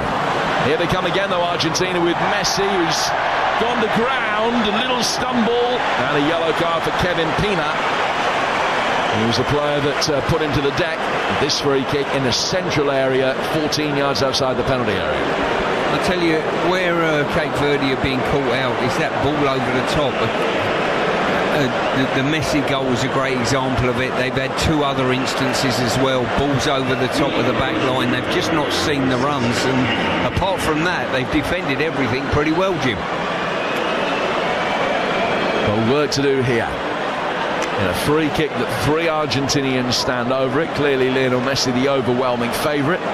It is in the central area, so Rodrigo de Paul might also fancy his chances. But listen, if you've got one player standing over it who's scored 124 goals for his country, and another player who's only scored 2, I know who my money is on to have a crack from here. I think the distance he's at, I wouldn't be surprised to be standing one up to one of the far posts for a blind post run. But he's gone for goal in the end and hit a 3-man wall. It was Messi inevitably that took it. The spin on the ball as it came forward. Cape Verde head after it.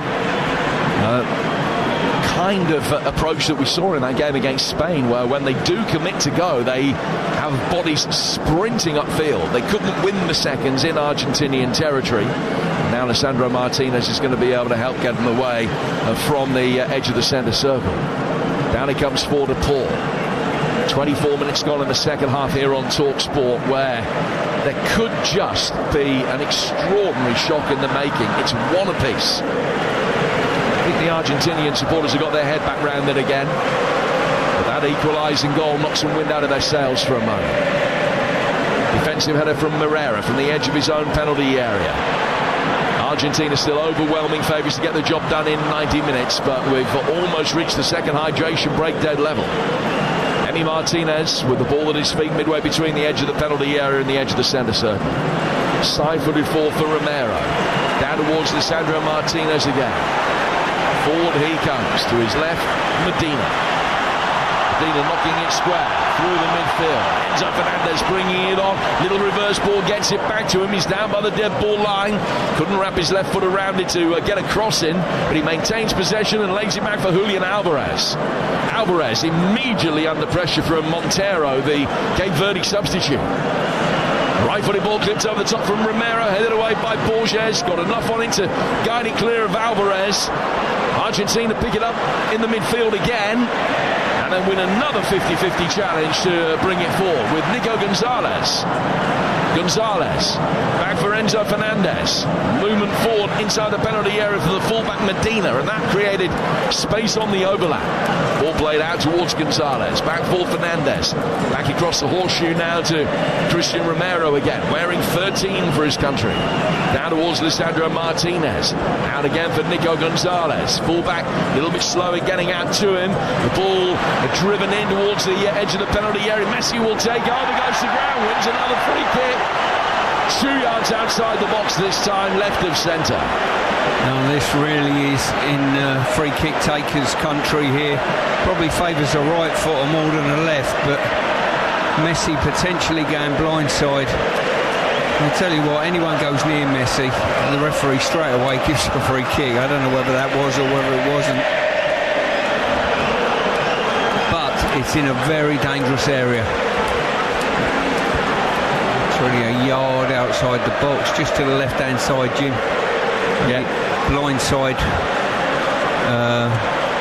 movement of the ball. Move it, stop it, and hit it before the goalie can react, or a right foot again open side. So Cape Verde have lined up a four-man wall which protects the near post as we look at it, the left-hand post. Goalkeeper is on that post now, making sure that wall is in the right place. Argentina, a legitimate distance away, have put a three-man wall up, which will disperse immediately prior to the point of contact. Taken quickly. Oh, good save for Senior. Messi knew that he had permission from the referee to go when he wanted, and everybody was still waiting for the wall to be lined up, and he just stepped up and smacked it. That little three-man Argentinian wall broke, and he got it past him. Vizinha, who was unsighted, produced a fine save to beat it away. I'll tell you what, it was a top save as well. I mean, he's managed to scuttle across the goal, get two good hands to it and parry it away. 27 minutes gone in the second half. Still no hydration break yet. In comes the corner. Swung towards goal. And away past Gonzalez and out for a goal kick. And now the two managers will be able to speak to their troops. 73 on the clock. Argentina knocking on the door, but having conceded the equaliser, it is dead level at the cooling break in this second period here on TalkSport. Nobody saw this coming, Stuart. What a game we have now. In Argentina, palpably the better side in every single department. But Cape Verde, again, we weren't in any doubt of that coming into this, and they've shown it again. Had half a chance, they put it away, and now the foundations have been laid potentially for one of the all-time great World Cup shocks. Well, Argentina got the goal in front, and from that moment on it was walking football. It really was, apart from the odd sort of break of high tempo, if you like, but didn't really put too much pressure on Cape Verde's goal. And Cape Verde were guilty of a lack of quality in the final third when they had the thin moments of opportunity that they had. Then all of a sudden they found a pass through a set of legs, a tight angle and a brilliant finish. And all of a sudden, as you rightly say, we go into the hydration break at the moment with the game all square, and you and I thought that was absolutely no chance, especially when Messi hit the goal early on. Let me remind you what is coming up on TalkSport. Most importantly, from an England perspective, the game against Mexico in the round of 16 at the Azteca. Now back, as we understand it, at 1 a.m. Monday morning. So that's Sunday going into Monday, live on TalkSport. What you need to do, get rid of that summer duvet you've got and just lie there sweating, listening to the dulcet tones of Stuart Pearce talking you through an England game live from the Azteca with Adrian Durham, Stuart and myself, and our correspondent on All England Matters, Faye Carruthers. That is 1 a.m. as we understand it, Monday morning. Between now and then, tonight, Colombia meet Ghana. A dress rehearsal for your insomniac. They play for the right to meet Switzerland. They kick off at 2:30 tomorrow. It's the start of the last 16 on TalkSport. Co-host Canada taking on Morocco at 6, and then it's France, Paraguay at 10. So that's your Saturday sorted out. Canada, Morocco at 6, France, Paraguay at 10 tomorrow. Earlier today, Egypt knocked Australia out on penalties, and they will play the winners of this one, which almost certainly still will be Argentina. But they just had a little scare. Roy Duarte with the equalising goal. A moment that he will never forget, that his countrymen will never forget. Held Spain, but now they've scored and are holding Argentina the world champions. More changes are going to be made, and now that the hydration break has finished, and Cape Verde are going to be bringing Willy Semedo on. Semedo, the Paris-born left winger who got 22 goals in Cypriot football this season. He started against the Saudis in their last game and came off after an hour, and he's going to be coming on in the next break and play. Play will restart with a goal kick, which has been taken by Vizinha, swung over the halfway line. Cape Verde winning the seconds and the thirds, and a little bit of space for Montero, who will come forward and ran into trouble, but was fouled by McAllister.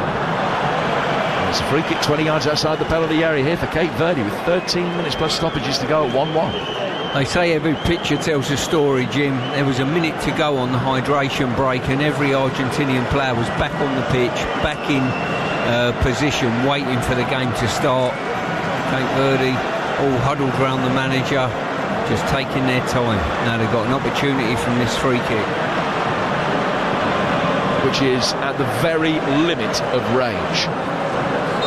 But Montero amongst those there, so too Sidney Cabral. Angle you would imagine probably favour a right footer more than a left, maybe not. It's probably actually central enough that it could be either. It's Kevin Pina that has spotted the ball down and looks favourite.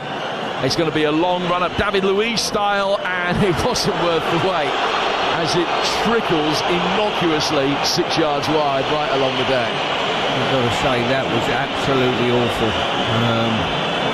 Far too far out, just pulled it, missed the goal, or missed the 6 yard box, I think, Jim. Yeah, just trying to hit it too hard, didn't it, from that kind of range, I think. Got it all wrong. They've now conceded a free kick in Argentina's right back position. 12 minutes to go, 1-1 the score between Argentina and Cape Verde. Argentina, one of the three teams to win all three of their group games, along with Mexico and France. But 7 of their last 13 games in the knockout stages of the World Cup have gone to extra time. Is this one going to go the same way? Argentina are able to clear down this near touchline. Lisandro Martinez found himself in a spot of bother for a moment up against Livramento, but was able to play his way out. Alvarez with a nice touch finds Fernandez. Comes down to Medina. Another free kick is given away. Kevin Lee has got to be really careful because he's already on a yellow card, and Pina just been spoken to here by the referee. Okay, Verde still waiting for the opportunity to bring Willy Semedo on, which hasn't happened because I think that they've decided they want to make a double change. So we're going to see Varela come on at the same time as well. So that will be the next break.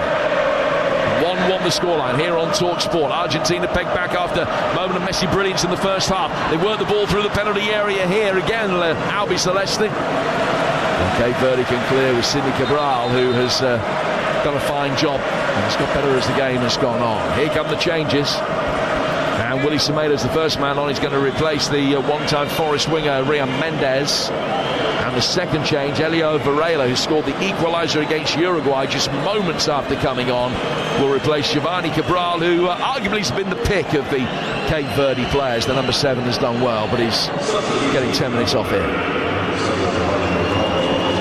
Yeah, you've got to say the fallout from this, from the Argentinian press, I would think will be quite harsh if they don't get over the line here or go all the way to extra time and maybe even a penalty shootout. The way things are looking at the moment, I've got a feeling they'll make the breakthrough if they up the tempo. But at this moment, Jim, they're not really up in the tempo of the game, and Cape Verde are looking as strong as they have done. No, we're into the final 10, and I haven't met anybody in talking to supporters from both teams and talking to journalists as well who thought that this could possibly still be level with 10 minutes to go.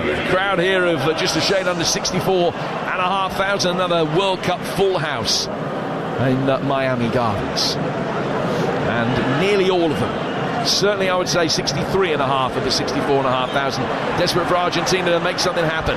Messi trying to do that, gets it out of the right hand side of the penalty area, and he's turned brilliantly just wide by Pico. I was convinced that he put that into his own net for an own goal, and somehow sliding in to stop the ball, finding the man at the far post, he's been able to divert it past the right hand post and out for a corner. He won't know how he's done that. No, absolutely incredible block. In comes the latest corner, swung in deep, headed down and boomed away from the edge of the penalty area. Yeah, magnificent setup by Argentina there, but incredible defensive work by Pico, who's just got back and just sliced at it, and it's gone past the post, fortunately for him. And in all honesty, sometimes when there's a sort of giant kill, if you like, I mean at 1-1 on 81 minutes, that's almost a giant kill, Jim. You would say that the underdogs played really well. I'm not sure Cape Verde have done that well. It's just Argentina have been so slow in the game after taking the lead. Here's Enzo Fernandez. And finally Rodrigo de Paul. Messi. Here they bring it through the midfield, the Argentinians, down towards Nico Gonzalez. And another change in for them with Paredes getting ready, the number 5. The Alexis McAllister, he replaces, he has it now, and played it to his right, back for Lisandro Martinez. Martinez venturing forward, particularly quickly, down to Nico Gonzalez. Good press comes from the Cape Verde substitute Montero. They've tried to play the ball over the top. Vizinha comes out, and Pico did well just to protect the run of the ball and stop it finding Nico Gonzalez, allowing Vizinha to come out and claim it. And he'll pick it up, and he's using the full 8 seconds here, but just gets it away before he gets on the wrong side of the Canadian referee. Long ball forward, flicked on by Livramento, brought down at the back by Argentina. They've just put the match momentum graphic up on the big screen here. There have been only 3 small peaks for Cape Verde. Everything else has been like the Himalayas for Argentina. All light blue. But they've not created a stack of chances with it. Still only had 9 attempts with 83 minutes play. They'll come forward again now. Messi still waiting in the D. It'll be worked out of the left-hand side. Gonzalez through the 6-yard box, and another important clearance. That one from the retreating Kevin Pina puts it behind for an Argentinian corner that Messi will come across the tape. 7 to go. Yeah, we just got the changes being made here. De Paul, I think, coming off, Jim. Yeah, De Paul makes way. And Leandro Paredes on for him. Came on for the final half hour of the US World Cup final. In comes the corner. It's taken a couple of touches. Did it hit an arm there of Sidney Cabral? Argentinian fans thought it did. No real complaints from anybody on the field. One of those incidents the VAR is bound to look at, but no suggestion that they haven't already checked and cleared it. And then Cape Verde then win a subsequent free kick 15 yards away from the halfway line. Argentina now have 2 players down hurt. One of them, Medina, punching the ground in dismay in a manner that suggests he thinks he's got some kind of muscular strain that's going to rule him out. Yeah, indeed it does. There's a couple of them down. We've got a cramp as well in an Argentinian shirt, and that probably tells you everything at this moment in time. They're really dropping off the edge of a cliff, I think. Well, Cape Verde ranked 67th in the world, lowest ranked nation, since the ranking started in 1992 to reach the knockouts in their debut tournament. The lowest ranked side of all teams to reach the knockout stages since Russia back in 2018. You and I saw that first knockout game. They beat Spain on penalties in Moscow. Could this one potentially go to penalties as well? You couldn't rule it out at this stage, and they're still the overwhelming favourites, Argentina, but they are going to be forced to make the change here. Medina coming off, and Tagliafico comes on to replace him. And the fact that that has come so hot on the heels of the Paredes change, it's the third instance in the half that Argentina have made a change, and as a result they won't be able to make any more. It's 1-1 with 4.5 minutes to go. Cape Verde will bring the ball forward again here, with the ball inside the penalty area that is easily cleared. Well, it's a throw to the Verdeans, 10 yards from the corner flag. I've got to say, Jim, when I jumped in the car to come to the game today, I was expecting to be wowed by the Argentinians and come away thinking this looks like a team that could go all the way to the final, but it's been anything but. They've got the goal, clever movement by Messi, and then we've had a couple of other movements in behind the defence which have been a problem for Cape Verde, and apart from that they've played at walking pace. They really have. Well, you've had your wow, but you've not the one that you anticipated. A moment of brilliance from Messi. We could have seen that coming.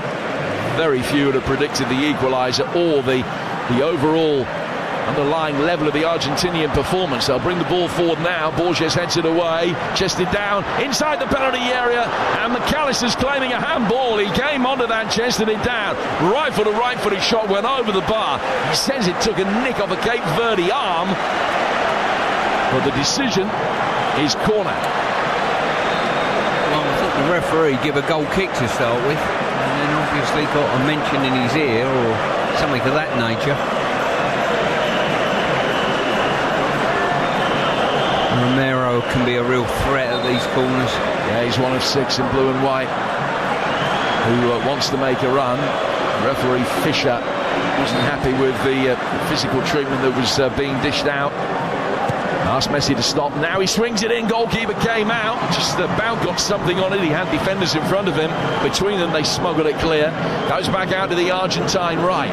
3 minutes to go. It's 1-1. Ball swept through the penalty area. Romero knew he was offside. He made no attempt to go for it.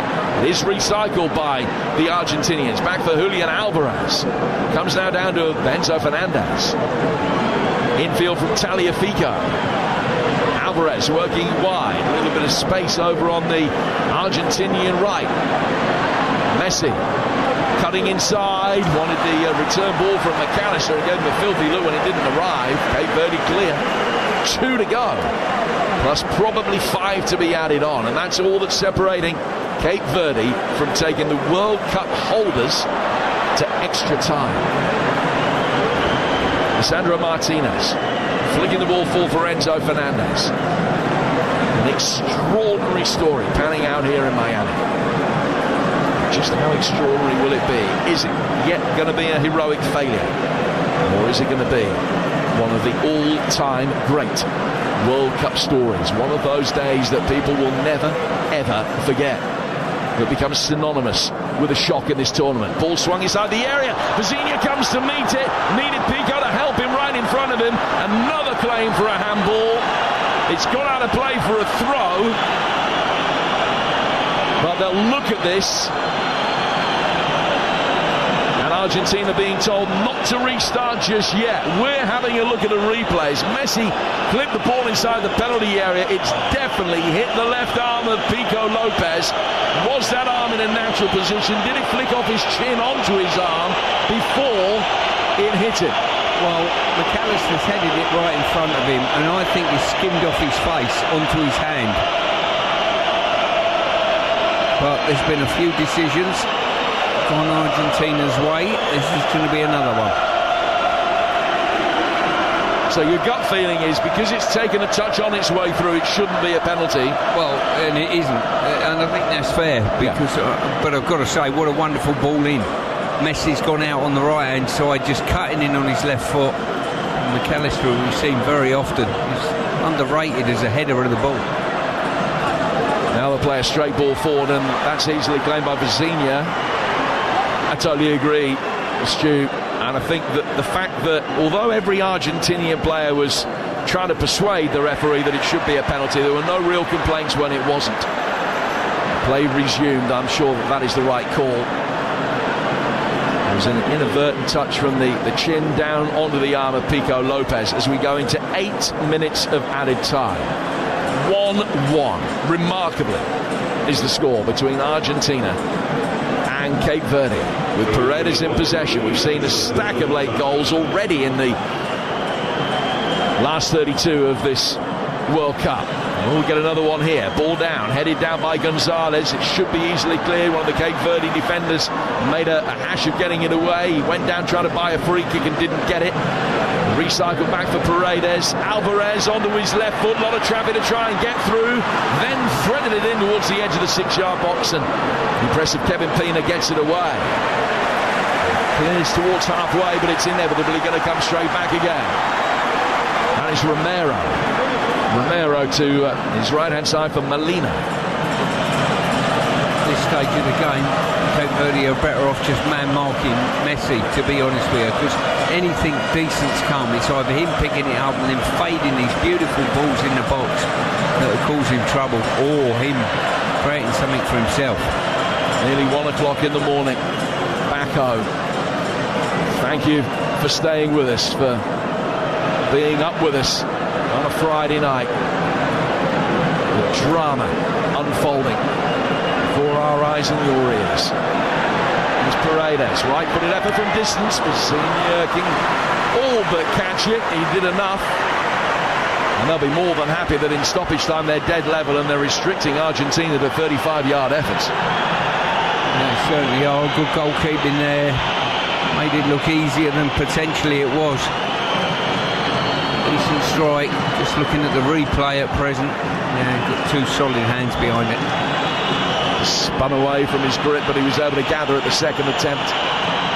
And now Vizinha drives it forward from the edge of his own penalty area. 1-1, 6 to go here in Miami. Montero for Cape Verde. Almost dispossessed Alexis McAllister, who was just able to protect the ball and get it back for Paredes.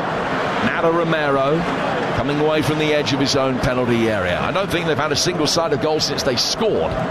Cape Verde, maybe one off-target shot, that long-range free kick from Kevin Pina that went about 10 yards wide. But they still do have this proverbial puncher's chance. Argentina coming forward again with McAllister at no great tempo, which has been their problem throughout, really, since they took the lead. Just haven't done enough. Romero, for Paredes. Paredes out to the Argentinian right-hand side for Molina. Deflected, the cross that comes in.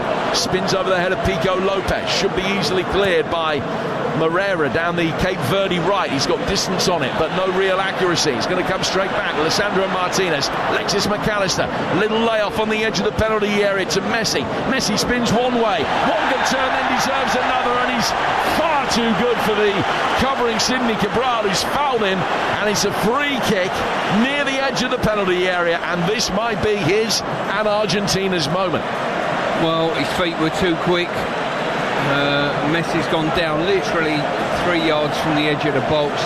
Absolute ideal for a left footer, and I've got a feeling this is the end of Cape Verde. I really do. He's got a wonderful opportunity from here. By the time he strikes it, we will be in the 95th minute. And in a World Cup that has already been laced with late drama. Will Lionel Messi be able to hear those cries of adulation that you can hear here in Miami Gardens? Will he be able to go to the well yet again and score his 8th goal of this tournament, which would send Argentina to an 11th straight win and through to a last 16 tie with Egypt? There's about 15,000 people behind that goal that think he's going to score, and to be fair, I tend to agree with him. 15,000 at that end, there might be 2 or 3 here. Knowing what is coming and being able to deal with it are 2 completely different things.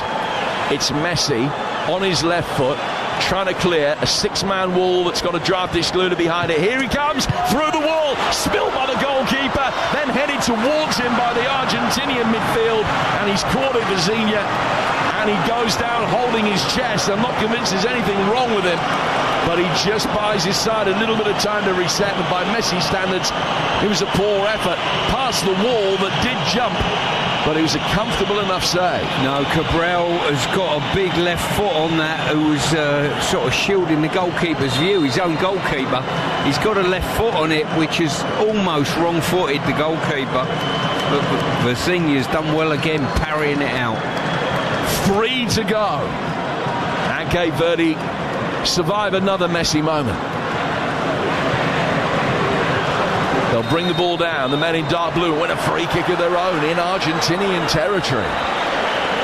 They can't, can they? Surely not. They have this set-piece opportunity, and this might be their only chance to get the job done before we go to extra time.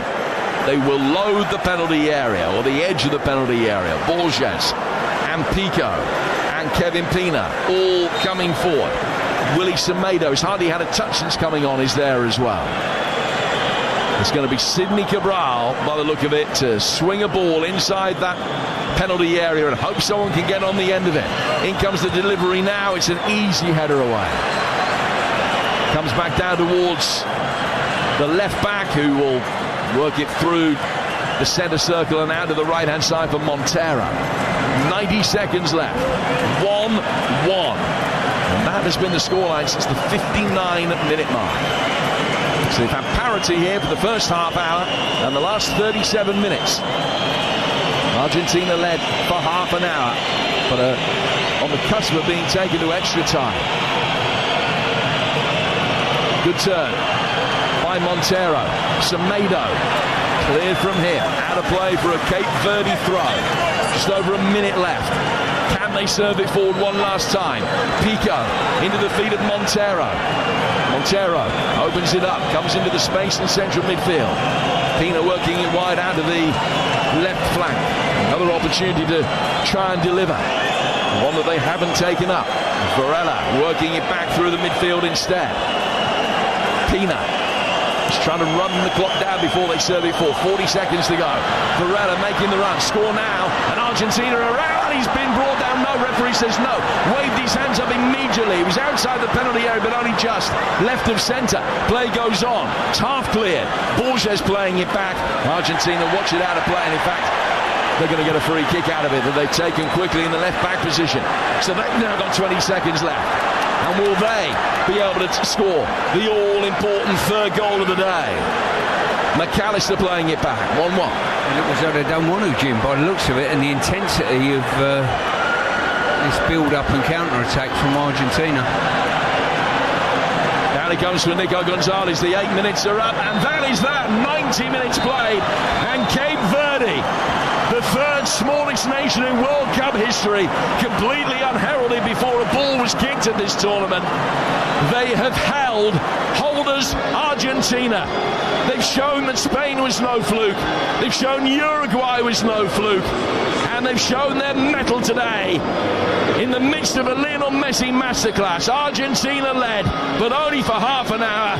Duarte scored out of nothing, and Cape Verde have taken Argentina to extra time, 1-1. Wow, this is stunning in Miami, live on TalkSport.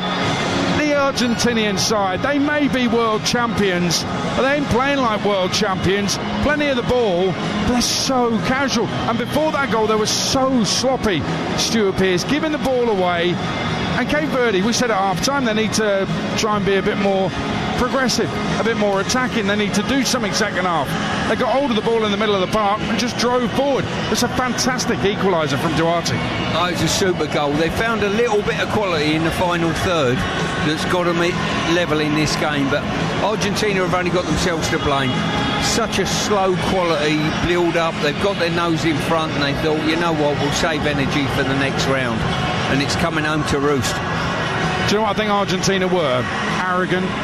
I think they were overconfident, cocky. I think they thought they just had to turn up today, give the ball to Messi, and it'd all be over. And actually, that's probably what a lot of people in the stadium thought. Once he'd scored that first goal, it was all over.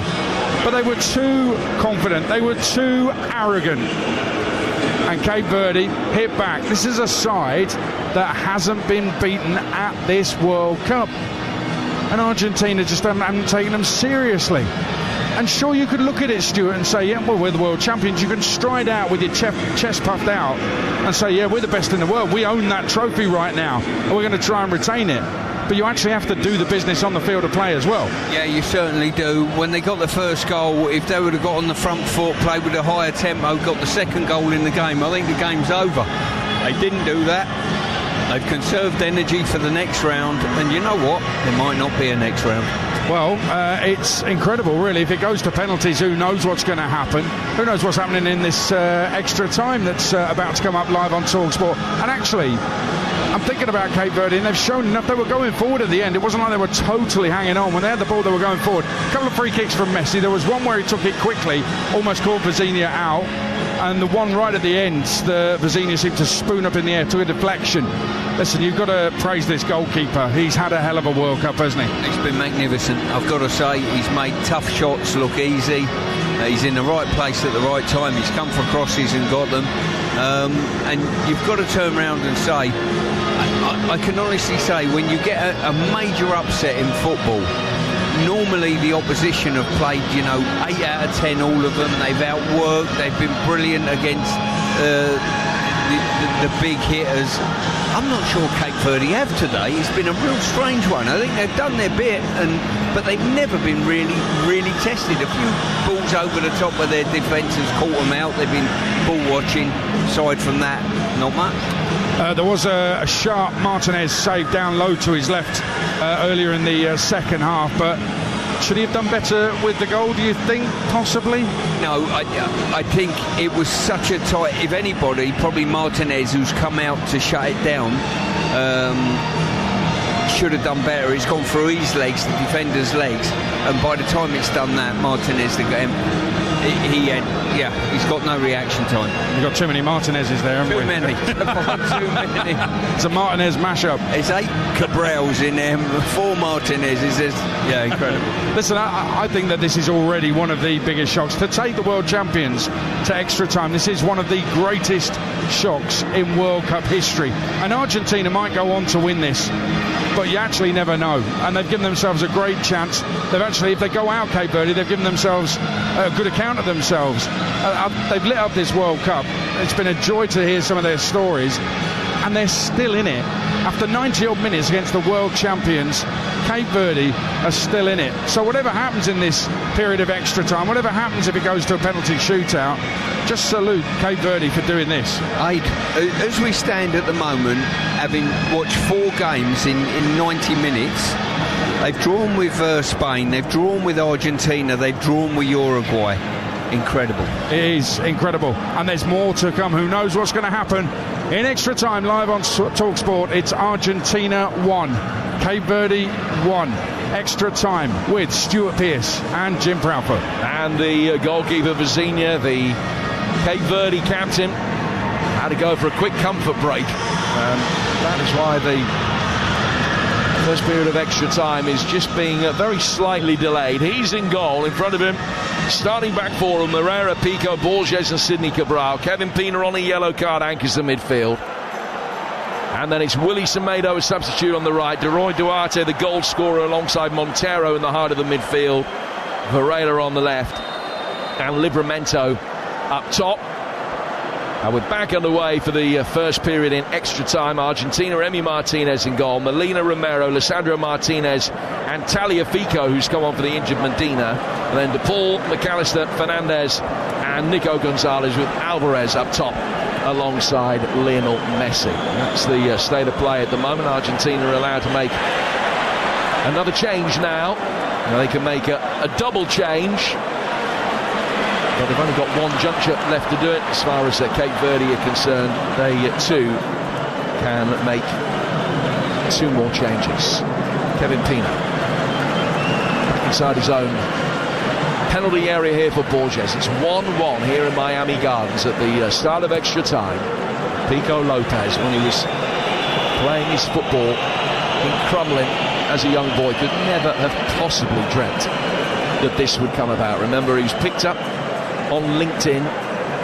Originally he got a message from the Verdean Football Association. He thought it was a joke and spam, and he ignored it because it came in Portuguese. And it was only about 9 months later that they tried again and did it in English, that he understood what was going on and pledged his allegiance to them. Good ball through the penalty area, and he's there to clear after a fashion. He did enough to get it away from the on-rushing Argentinian player Enzo Fernandez. It was a miscue. It's come off the top of his foot and gone behind for a first corner in extra time. And Messi will try to cross to take 1-1 the score with 92 on the clock. Yeah, just Pino just got a nick to second slip, probably best way to describe it, and he's just gone for a corner.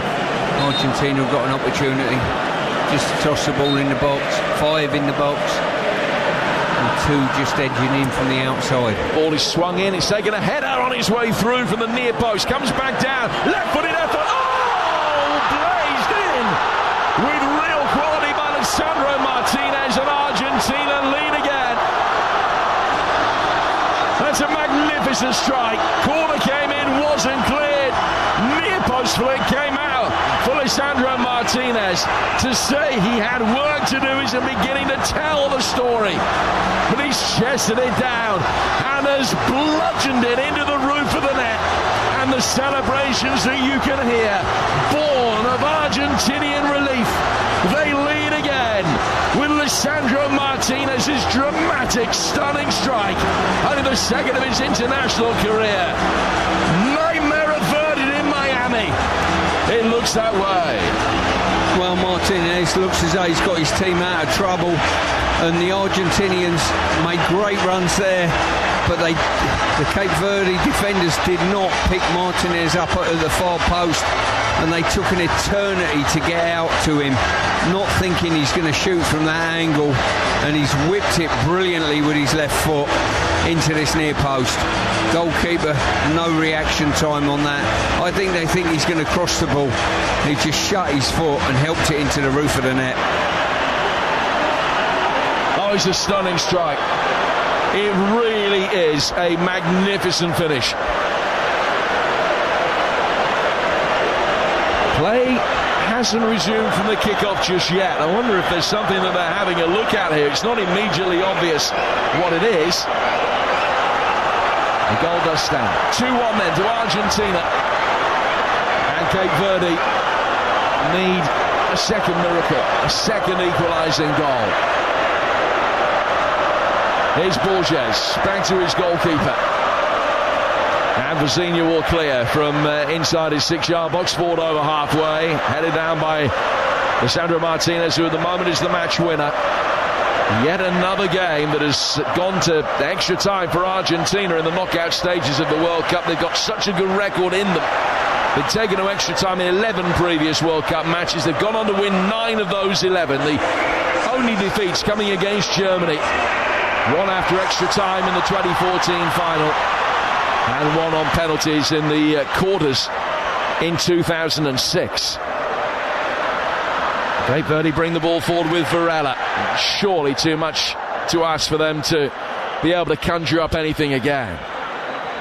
Moreira, one of the Argentine players, is down hurt. The play will go on. It's Romero, he's got up again. You're all right. Oh, he's okay. He's making his way forward. Here's Varela. Romero back in position, having rolled around for a while. Cape Verde back on the ball. Got to go for it. Pico to Kevin Pina. Swung down to the left-hand side. Elio Varela. Good little ball threaded on the overlap. Sidney Cabral wins the corner, which is Cape Verde's first for a while. Certainly their first of extra time, as his cross deflects off McAllister. 2-1 Argentina. Yeah, as I say, Cape Verde just switched off from that corner, didn't see the danger when it fell to Martinez, and paid the price, and they've got to try and pull themselves back into the game now. Sidney Cabral's going to take this corner, both arms above his head. It's at left-footed towards the edge of the 6-yard box, and it's repelled by Lisandro Martinez. Nico Gonzalez, I beg your pardon. Now for another corner. Yeah, good head from Gonzalez there. And they're loading up the box, Cape Verde. So pieces will appear to be their best opportunity. You can hear how the mood has changed. Here comes this latest Cabral corner. It's travelled a long way through the 6-yard box. Pico Lopez threw an Achilles at it to try and turn it towards goal. That's deflected away and out for another corner, 3 in quick succession. Yeah, good opportunity there. Pinballing around the box, and then just a back heel was sent it behind for a corner. Not the best of corners, that last one. Just as well commit players into the box, I think. So another corner to be taken. Yeah, even Messi thinks he's got to do some defending work. Well, after a fashion, the ball is not square. He'll come out and chase. Right-footed effort is pinged towards goal by the fullback Moreira, but he's blocked. It goes out towards Kevin Pina, who's lost possession. Argentina will try and break quickly now. 2 against 3. Messi just deliberately peels away, doesn't try and stay up with the attack. Wanted the ball to be played back to him, finding the space. He has it now, but Cape Verde got 8 back behind the ball. Almost midway through the first period of extra time here on TalkSport. 1-1 after 90 minutes. Argentina already back ahead through Lisandro Martinez's stunning effort. It's his second international goal. The only previous one came against Ecuador back in 2024. He has the ball at his feet. Manchester United man working it out to his left. Argentina against Egypt if it stays this way. That's a game that will be played in Atlanta on Tuesday. England's game set again to be a 1 o'clock kickoff Monday morning, and if you're listening to the radio thinking, yeah, we've known that for months, then you're not quite abreast of the developments over the rest of the day when it seems as though it's going to be pulled forward a good few hours. It hasn't been. Ball inside the Argentinian penalty area. It's Messi. Left-footed shot might have been deflected wide. It's blocked, and then another block knocks Sidney Cabral off his feet. It's come off him and gone out for an Argentinian corner. It was Alvarez that had the shot. Argentina with a corner as they look to try and make this game safe, leading 2-1. Yeah, it'll be interesting to see if the scoreline stays the same, the fallout from this from Argentina's point of view. Or alternatively, whether they'll just draw a line under it, Jim, and say, look, we're through, difficult game, we didn't play at our best, probably underestimated the opposition, but got away with it. Got a corner on the right-hand side. Cape Verde defender who is down hurt. Sidney Cabral's okay, ended up wearing that last shot, got his body in the way selflessly. Argentina corner taken by Messi in towards the near post, half cleared, out on the edge of the area. Right-footed effort was blazed towards goal by Enzo Fernandez. Ricochets away and goes out for a throw. Don't forget, later tonight, Colombia-Ghana. They play for the right to meet Switzerland. It's a 2:30 kickoff. Couple of changes for Colombia. Daniel Munoz and Johan Majica start. And Ghana making 4 changes to the side that lost against Croatia in the final group game. It's a 2:30 kickoff. You won't miss a kick. Off comes Kevin Pina, and they've taken the goal scorer Deroy Duarte off as well. Benchimol and Yannick Semedo are the players that have come on. Double change for Cape Verde. They've played their hand. Argentina in possession. 99 minutes gone.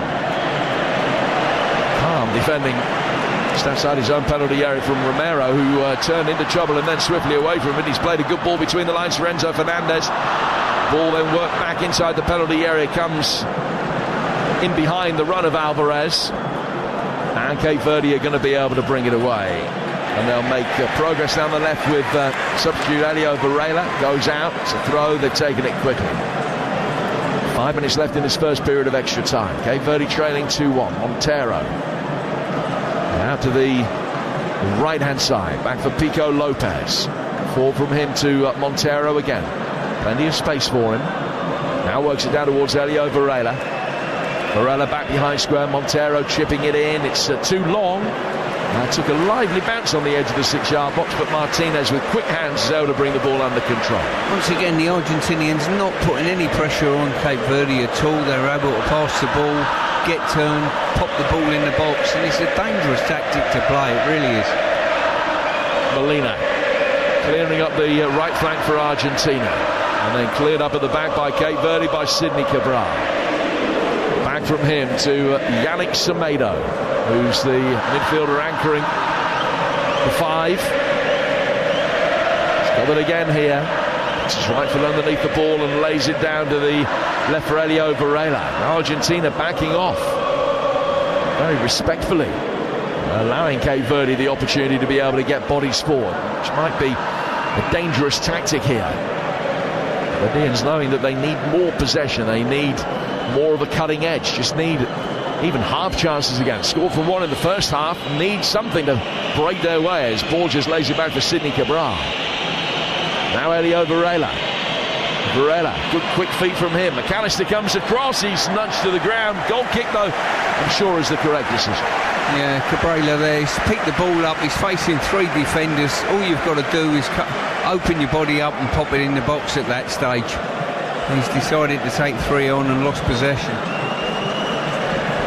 Well, Argentina have won their last 7 World Cup matches against African opposition. Their only defeat to aside from the African continent came back in 1990 in the opening game of that tournament, when as holders they were beaten by Cameroon. It was an almighty shock, one of the very biggest. Just thought for a moment that something similar potentially could happen today. Still not completely out of the question.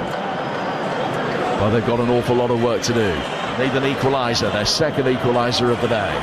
Cape Verde will bring it forward here with Sidney Cabral. It's laid back outside the box. Comes back to him again. Can he wrap his left foot around? Oh, he's danced inside. The challenge of McAllister. Oh, brilliant! That is a stunning goal. An unbelievable goal. I mean, if you didn't see it, you just couldn't comprehend it. He's worked it onto his wrong foot, his right. He has curled it into the bottom right-hand corner. A quite extraordinary finish in a stunning game of football. Sidney Cabral with the best goal of the lot, with the most famous goal in this World Cup so far.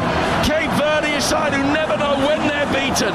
Sidney Cabral with a moment that will forever be etched in the history of this great tournament. Argentina on the ropes again.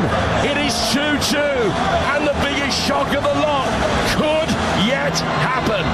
Sidney Cabral has just written his name into folklore. This was supposed to be Messi's day. It could end up being the messiest of them all for Argentina. Well, I've got to say, Jim, I've just seen the best goal at this World Cup, bar none, and I'm talking about even going forward in the final. It was a magnificent goal. At the right time, it come out of absolutely nothing. He's cut inside, opened the goal up, and he's curled it with pace and power, and to beat Martinez as well. And this is a team, Argentina, we're saying defensively very strong. I mean, they have been really, really poor.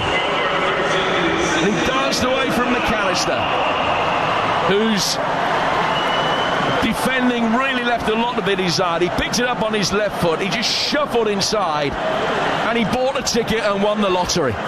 It is an extraordinary finish. It's an extraordinary finish in any game, but in the context of extra time against the World Cup holders, it is beyond comprehension. Argentina bringing forward again. Alvarez with a little cushion header, and they're on the front foot. Cape Verde. Alvarez sprints down towards the linesman near side because he thought that there was a handball. Cape Verde have got it. Oh, and Sidney Cabral has put too much on the pass for Elio Varela, and it's gone out of play. It is 2-2 here in Miami as we go into 3 minutes of added time at the end of the first period of extra time. Well, Cabrera he's literally run right back into his half after that goal, jumped into the crowd, kissed his wife or girlfriend, or somebody's wife and girlfriend, and got back on the bed. You've never seen scenes like it, Jim. Honestly, absolute bedlam. And you just cannot believe this scoreline. Argentina have brought on Gonzalo Montiel, who scored the winning penalty in the shootout in the 2022 World Cup final. He's replaced Nahuel Molina. He's on at right back. 2 minutes of added time in the first period of extra time still to go. A first period in which both sides have scored. Here's Messi, good save for Zinha. Montiel tried his luck, and Sidney Cabral, the hero of the hour, gets it away. It's his second hugely significant block of the second half. Never mind the goal. And they'll bring it forward again with Elio Varela. How could you possibly go to sleep through this? 2-2. And we're in the second minute of added time at the end of the first period of extra time. I'll tell you what, and you get the impression if they up the tempo, Cape Verde, they'll win it. Argentina are flat as a pancake at this moment in time, and probably have been in tempo terms since Messi's goal. You could almost say that they're there for the taking, certainly in terms of Argentinian performances. Just for context, 10 wins in a row, 1 defeat in 17, 5 defeats in 86, 1 goal conceded in 6. They've lost only 9 games in the 100 they played under Scaloni. But Cape Verde are on the verge of at least taking them to penalties. Twice they've looked down and out, and on both occasions they've equalised. Well, you thought they had a lot of admirers for the way they played in the group stage. They're making friends across the world here. 2-2.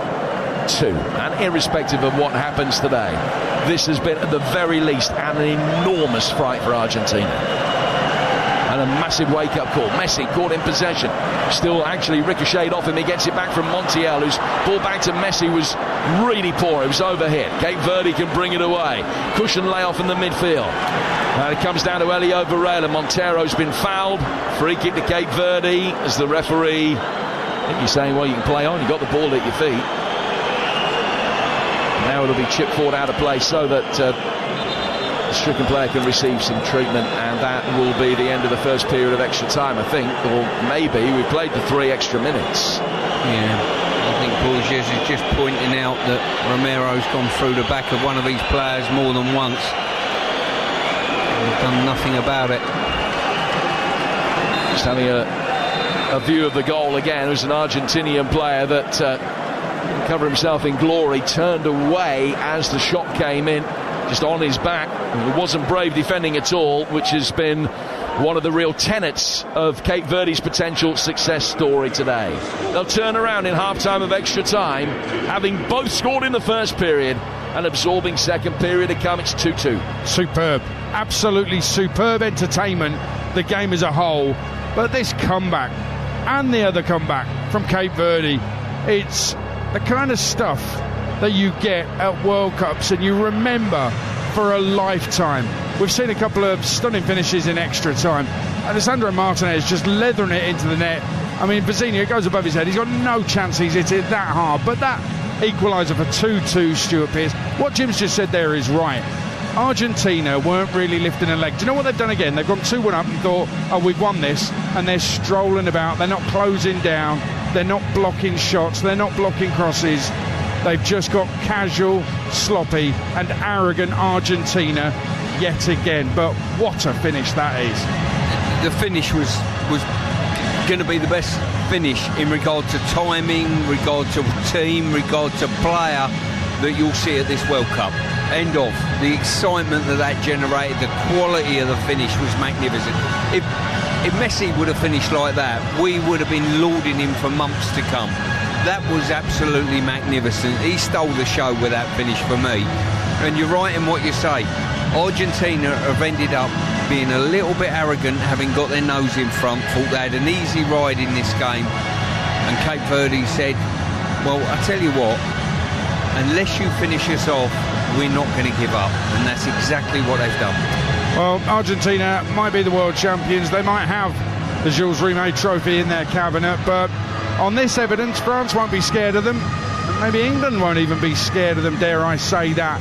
It's absolutely fine that you've got Messi, but if you don't defend properly and you're not professional throughout, then that's a big, big problem. I think Scaloni's got into them in that little break between the first half and the second half of extra time, because Argentina are back in position already and they are about to kick off the second period of extra time. It's extraordinary here in Miami.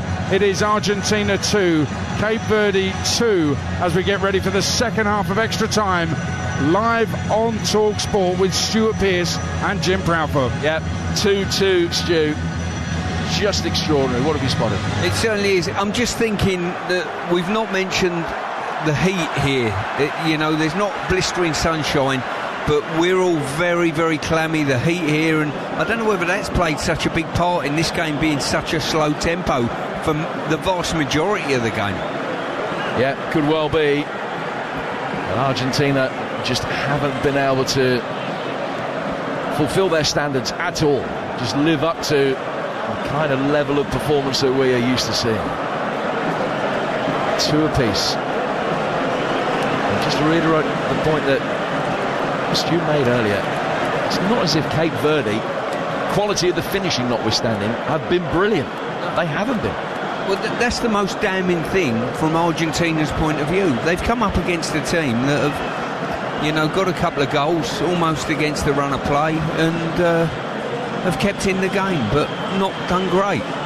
Alvarez playing the ball through the Cape Verde penalty area. Montiel, the latest substitute to arrive, got the top of his head to it, and it's gone straight out of play for a goal kick that'll be taken by Cape Verde. 14 minutes to go. It's the story that I don't think anybody saw coming, with absolutely no disrespect intended whatsoever. Certainly thought that the Verdeans will be really game, would give a good account of themselves, would be able to play to the limit of their ability. But this? No. Nico Gonzalez, back for Tagliafico. 1:30 in the morning. Well, you'll be lying in bed buzzing. I think you're dreaming, I think you'll be... No, you're not, I promise you, you're really not. But it is a nightmare of epic proportion that could be unfolding for Argentina. They have a free kick here. And Messi, a long, long way out, only at the limit of range, is just spotting the ball down, and the wall is being marched back 10 yards and will stand about 3 yards outside the penalty area, right of centre. Yeah, he's going to curl it in with his left foot, and he's going to drop it just outside the 6-yard box. And with his quality, this could be a big, big problem if they don't stay with runners. Yeah, Nico Gonzalez might be his target here. McAllister stands by the penalty spot. It's put into that area. Cape Verde got first contact and then second, with a flank kick away from the edge of the penalty area. A return then by Tagliafico with a header that goes out to the Cape Verde left. And they're on the counter-attack. 5 against 5 for a moment as they bring the ball forward. McAllister has come back, has been able to knock Varela's pass away. Back out to the left flank once more with a chance to deliver. Play back instead towards Semedo. Right-footed effort from him. And he'd love to have it back because he's pulled it 10 yards wide. Not a good effort at all from Yannick Semedo. Out of play. 12 to go in extra time at 2-2. Semedo there taking the wrong choice totally. A little switch to the right and a cross into the box was the order of the day on that occasion. And Argentina once again still slow, methodical build-up. And I think Verde looked as comfortable at this stage of the game as I've seen them, Jim. Tagliafico on the Argentinian left. Plays the ball back towards the corner of the penalty area. Enzo Fernandez will take over. Player snapping at his heels. Was he fouled? Referee says no. The play will go on with Paredes playing the ball back to the edge of the centre circle again. Now back towards Lisandro Martinez, the scorer of a stunning goal. It has been a masterclass of finishing here. Julian Alvarez over to join in. Works the ball down towards Tagliafico. Twice Argentina have led. Twice Cape Verde have pegged them back. Once after half an hour, once after 11 minutes in extra time. Now Argentina's latest attack fizzles out because an offside flag has come up. Yeah, great decision there by the linesman. You look across that line, you can't believe how good they are at their work, the officials. Zafa, the Canadian official who put the flag up on that occasion. Now Vizinha takes the free kick. This is an Argentinian side that in their run of 10 straight wins coming into today had only conceded twice and scored 29. So Cape Verde have scored as many goals in a 44-minute spell in this game as Argentina had conceded in their last 10 matches combined. 10 minutes to go in extra time before penalties. Argentina, mind, have got a really good record in penalties as well. I think they've won their last 4 shootouts. Cape Verde might think that their best chance of winning this is actually to do it in the next 10 minutes, but... Sorry, Jim, I can't help thinking that the way Argentina are playing in the slow tempo, that they think that they've won this penalty shootout. Nico Gonzalez coming forward, sliding challenge comes in. Borges taking the acclaim of his fellow defenders. He's put it out of play for another corner. Well, I've got to say, Borges and Pino have been very, very good in this game. They've not always been clinical. They've been caught out by the odd pass over the top of them, more so Borges. But in the main, they've been a rock at the back. Messi to take the latest corner. 2-2 the scoreline. Darting running towards the near post from McAllister. Oh, it's in. It's 3-2 Argentina. Ball swung in. Romero takes the acclaim. Messi's delivery absolutely inch perfect. Cape Verde just couldn't repel the latest in a long succession of set pieces. Argentinian fans in the crowd look to the heavens, say their prayers. There are tears of relief. For the 3rd time today in Miami they lead. Now it's 3-2. Now will they be able to hang on? Messi with the corner, Romero with the touch, Vizinha looking in despair as he's beaten again, and Cape Verde with it all to do again. Yeah, you know Romero's got good quality when balls come in the box. He was the one who wanted it a little bit more. There was a melee of players. He's headed it. It's come off a Cape Verde hand actually and just ended up in the back of the net. So great header. Yeah, just squeezed off of Borges' hand on its way into the back of the net. And Lionel Scaloni, the Argentinian coach, hardly moved the muscle. He got his right hand and wiped his eyes. Just a little flick across the brow. 3-2. Now Romero claiming the goal. His was not the last touch, as Stuart was saying. His header was on target. I'm sure that it will go down as a Romero goal. And what have Cape Verde got left now? Surely they can't find the 3rd equaliser of the night. It's already one of the great World Cup games, not just of this World Cup, but of any World Cup in the 21st century and probably of all time. But has it yet got another extraordinary paragraph to be written at the end of this absorbing tale? Emi Martinez playing out from the back, finds Paredes, now to Romero. Now Romero into the feet of McAllister, who's lost possession over on the far touchline, and Cape Verde will be able to bring it forward again.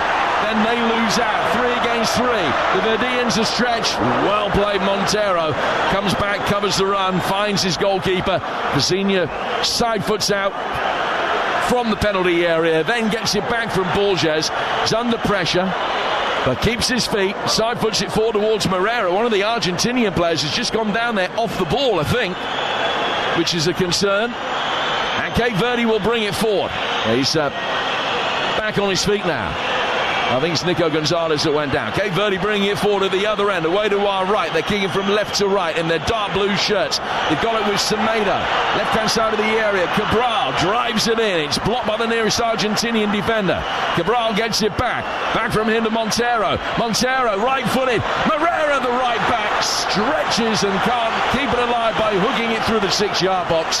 And Argentina have got 6 minutes to survive to win it. I'll tell you what, the Argentinian players are going down like flies now. McAllister on the far side, I think potential cramp on this one. They can't wait for the final whistle, and Cape Verde still look as though they've got plenty of energy in their movement.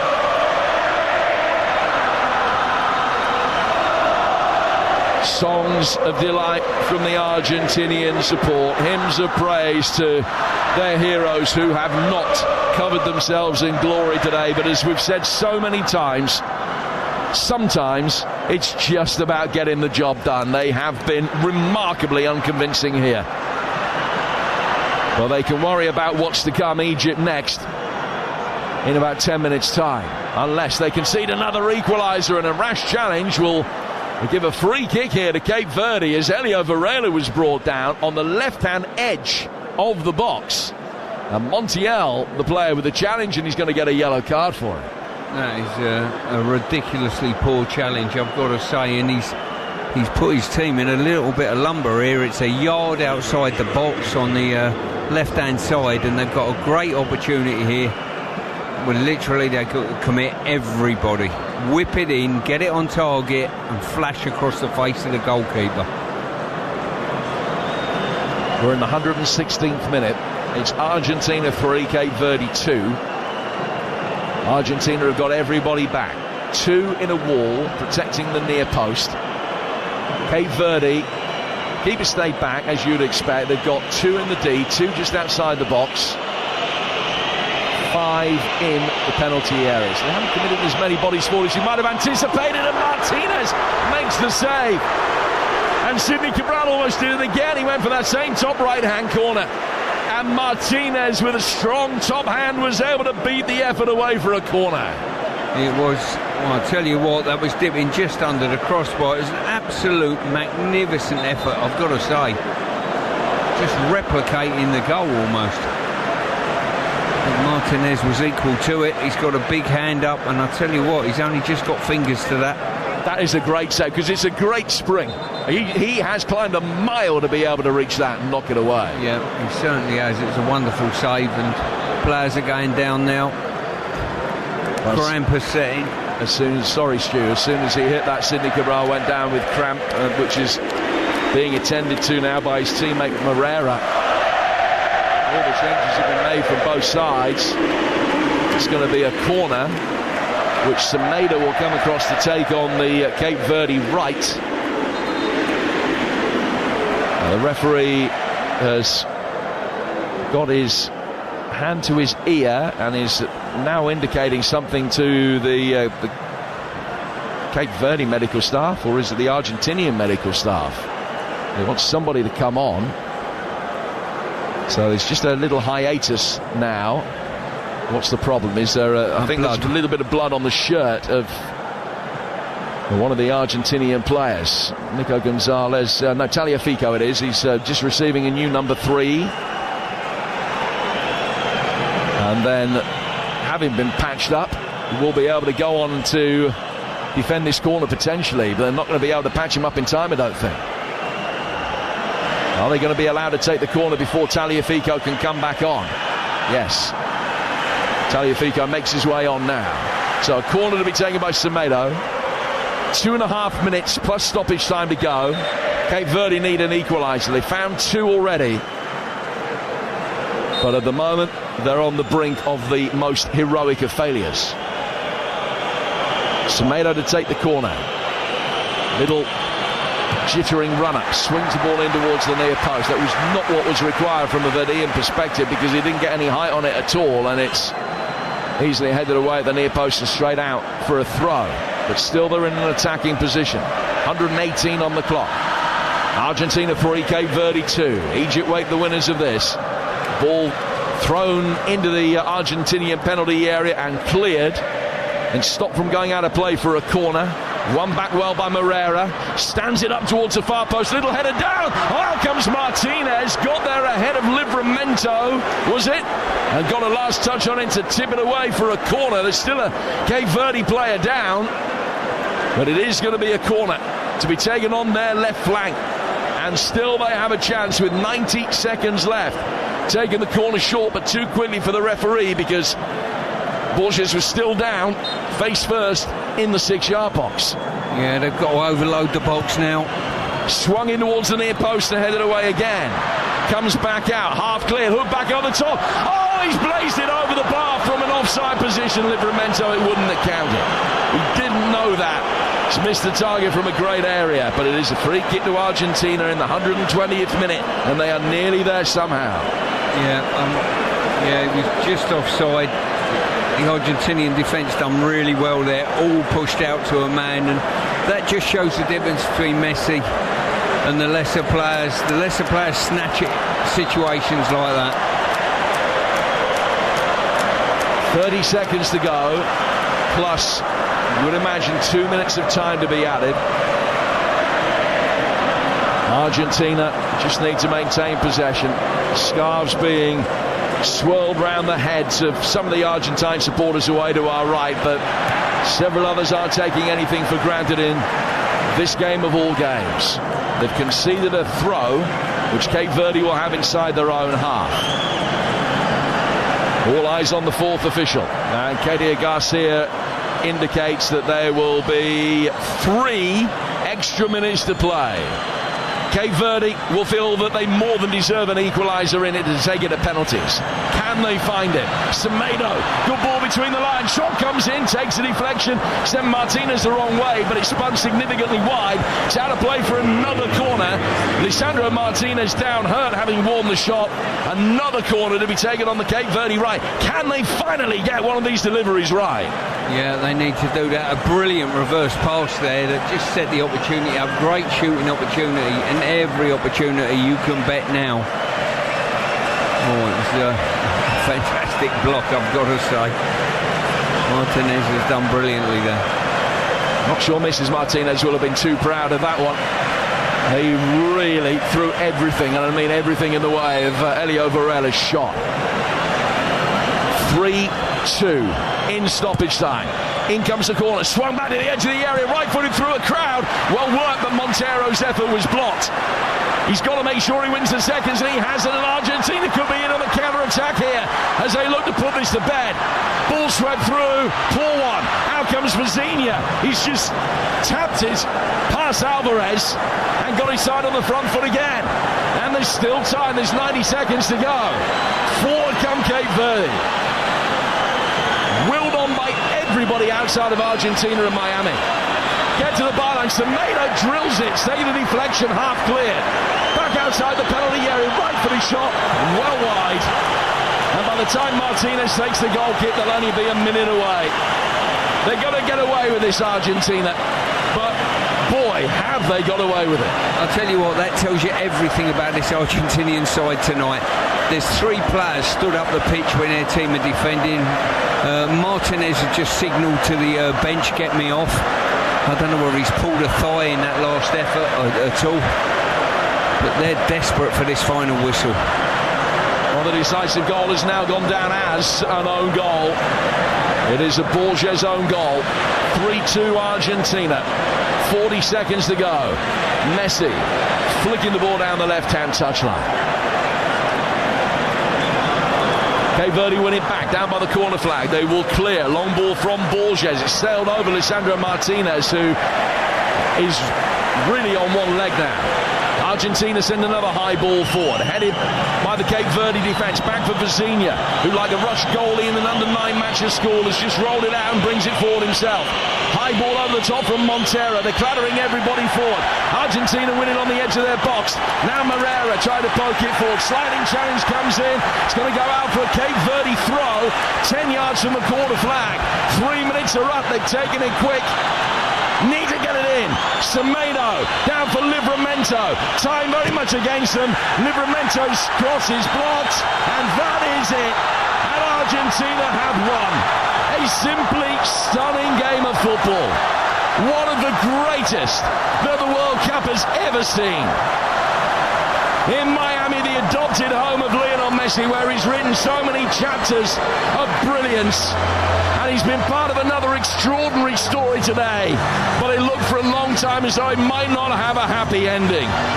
Needless to say, he was heavily involved early on. A moment of brilliance that gave Argentina the lead and didn't begin to hint at what was to come. But 2 extraordinary Cape Verde equalisers. One from Deroy Duarte. The second, the goal of the tournament from Sidney Cabral. You can shut that race off now. 2 2-2 in the second period of extra time before Argentina just got their noses in front again. They were desperately poor for large swathes of this. Cape Verde brilliant. The first World Cup defeat that they have ever suffered. A game that nobody here will ever forget. Argentina 3, Cape Verde 2. What a privilege to share it with you here on TalkSport. Well, if you love football, you will have loved this game. It had the lots. It had the plucky underdogs taking the world champions all the way. Cape Verde, you have been a joy. You brought us stories, energy, endeavour, emotion, great goals, a joy for the beautiful game of football. Cape Verde, you are going to be missed at this World Cup. You came close, so close. At times you made Messi and the world champions look bang average. Argentina didn't look like world champions tonight. They made it through. France, though, won't be scared of Argentina after that. It is Salah against Messi in the round of 16. But let's focus on Cape Verde. You know, they say that not all heroes wear capes, but tonight all heroes wore Cape Verde shirts. They were absolutely magnificent to a man. And they learned from the lessons in the first half when they really didn't go for it. But they stayed in the game at 1-0. They equalised. They went 2-1 down to Argentina and they thought it was all over, the Argentinians. They thought, yeah, that's job done. We've had a little scare. We'll crack on through after 90. They've equalised again. Absolutely incredible from Cape Verde. And then it had to be an own goal. Bit of fortune for Argentina to see themselves through. But the Cape Verde players have given their all. This is one of those moments, Stuart Pearce. We're looking out on this pitch here in Miami, live on TalkSport, where you can genuinely say the losers will have no regrets. They have given this their all. They certainly have. I mean, incredible performance, you've got to say. We never in a million years saw a game from scoreline point of view being this tight. It really was incredible. And they've had 4 draws over 90 minutes, Cape Verde, at this World Cup. Incredible. The energy, you know, they matched Argentina. Argentina, as you rightly said, I think got a bit arrogant after the first goal and thought, well, we'll just keep the ball and won't bother running around and we'll win the game comfortably. And they've had to go all the way.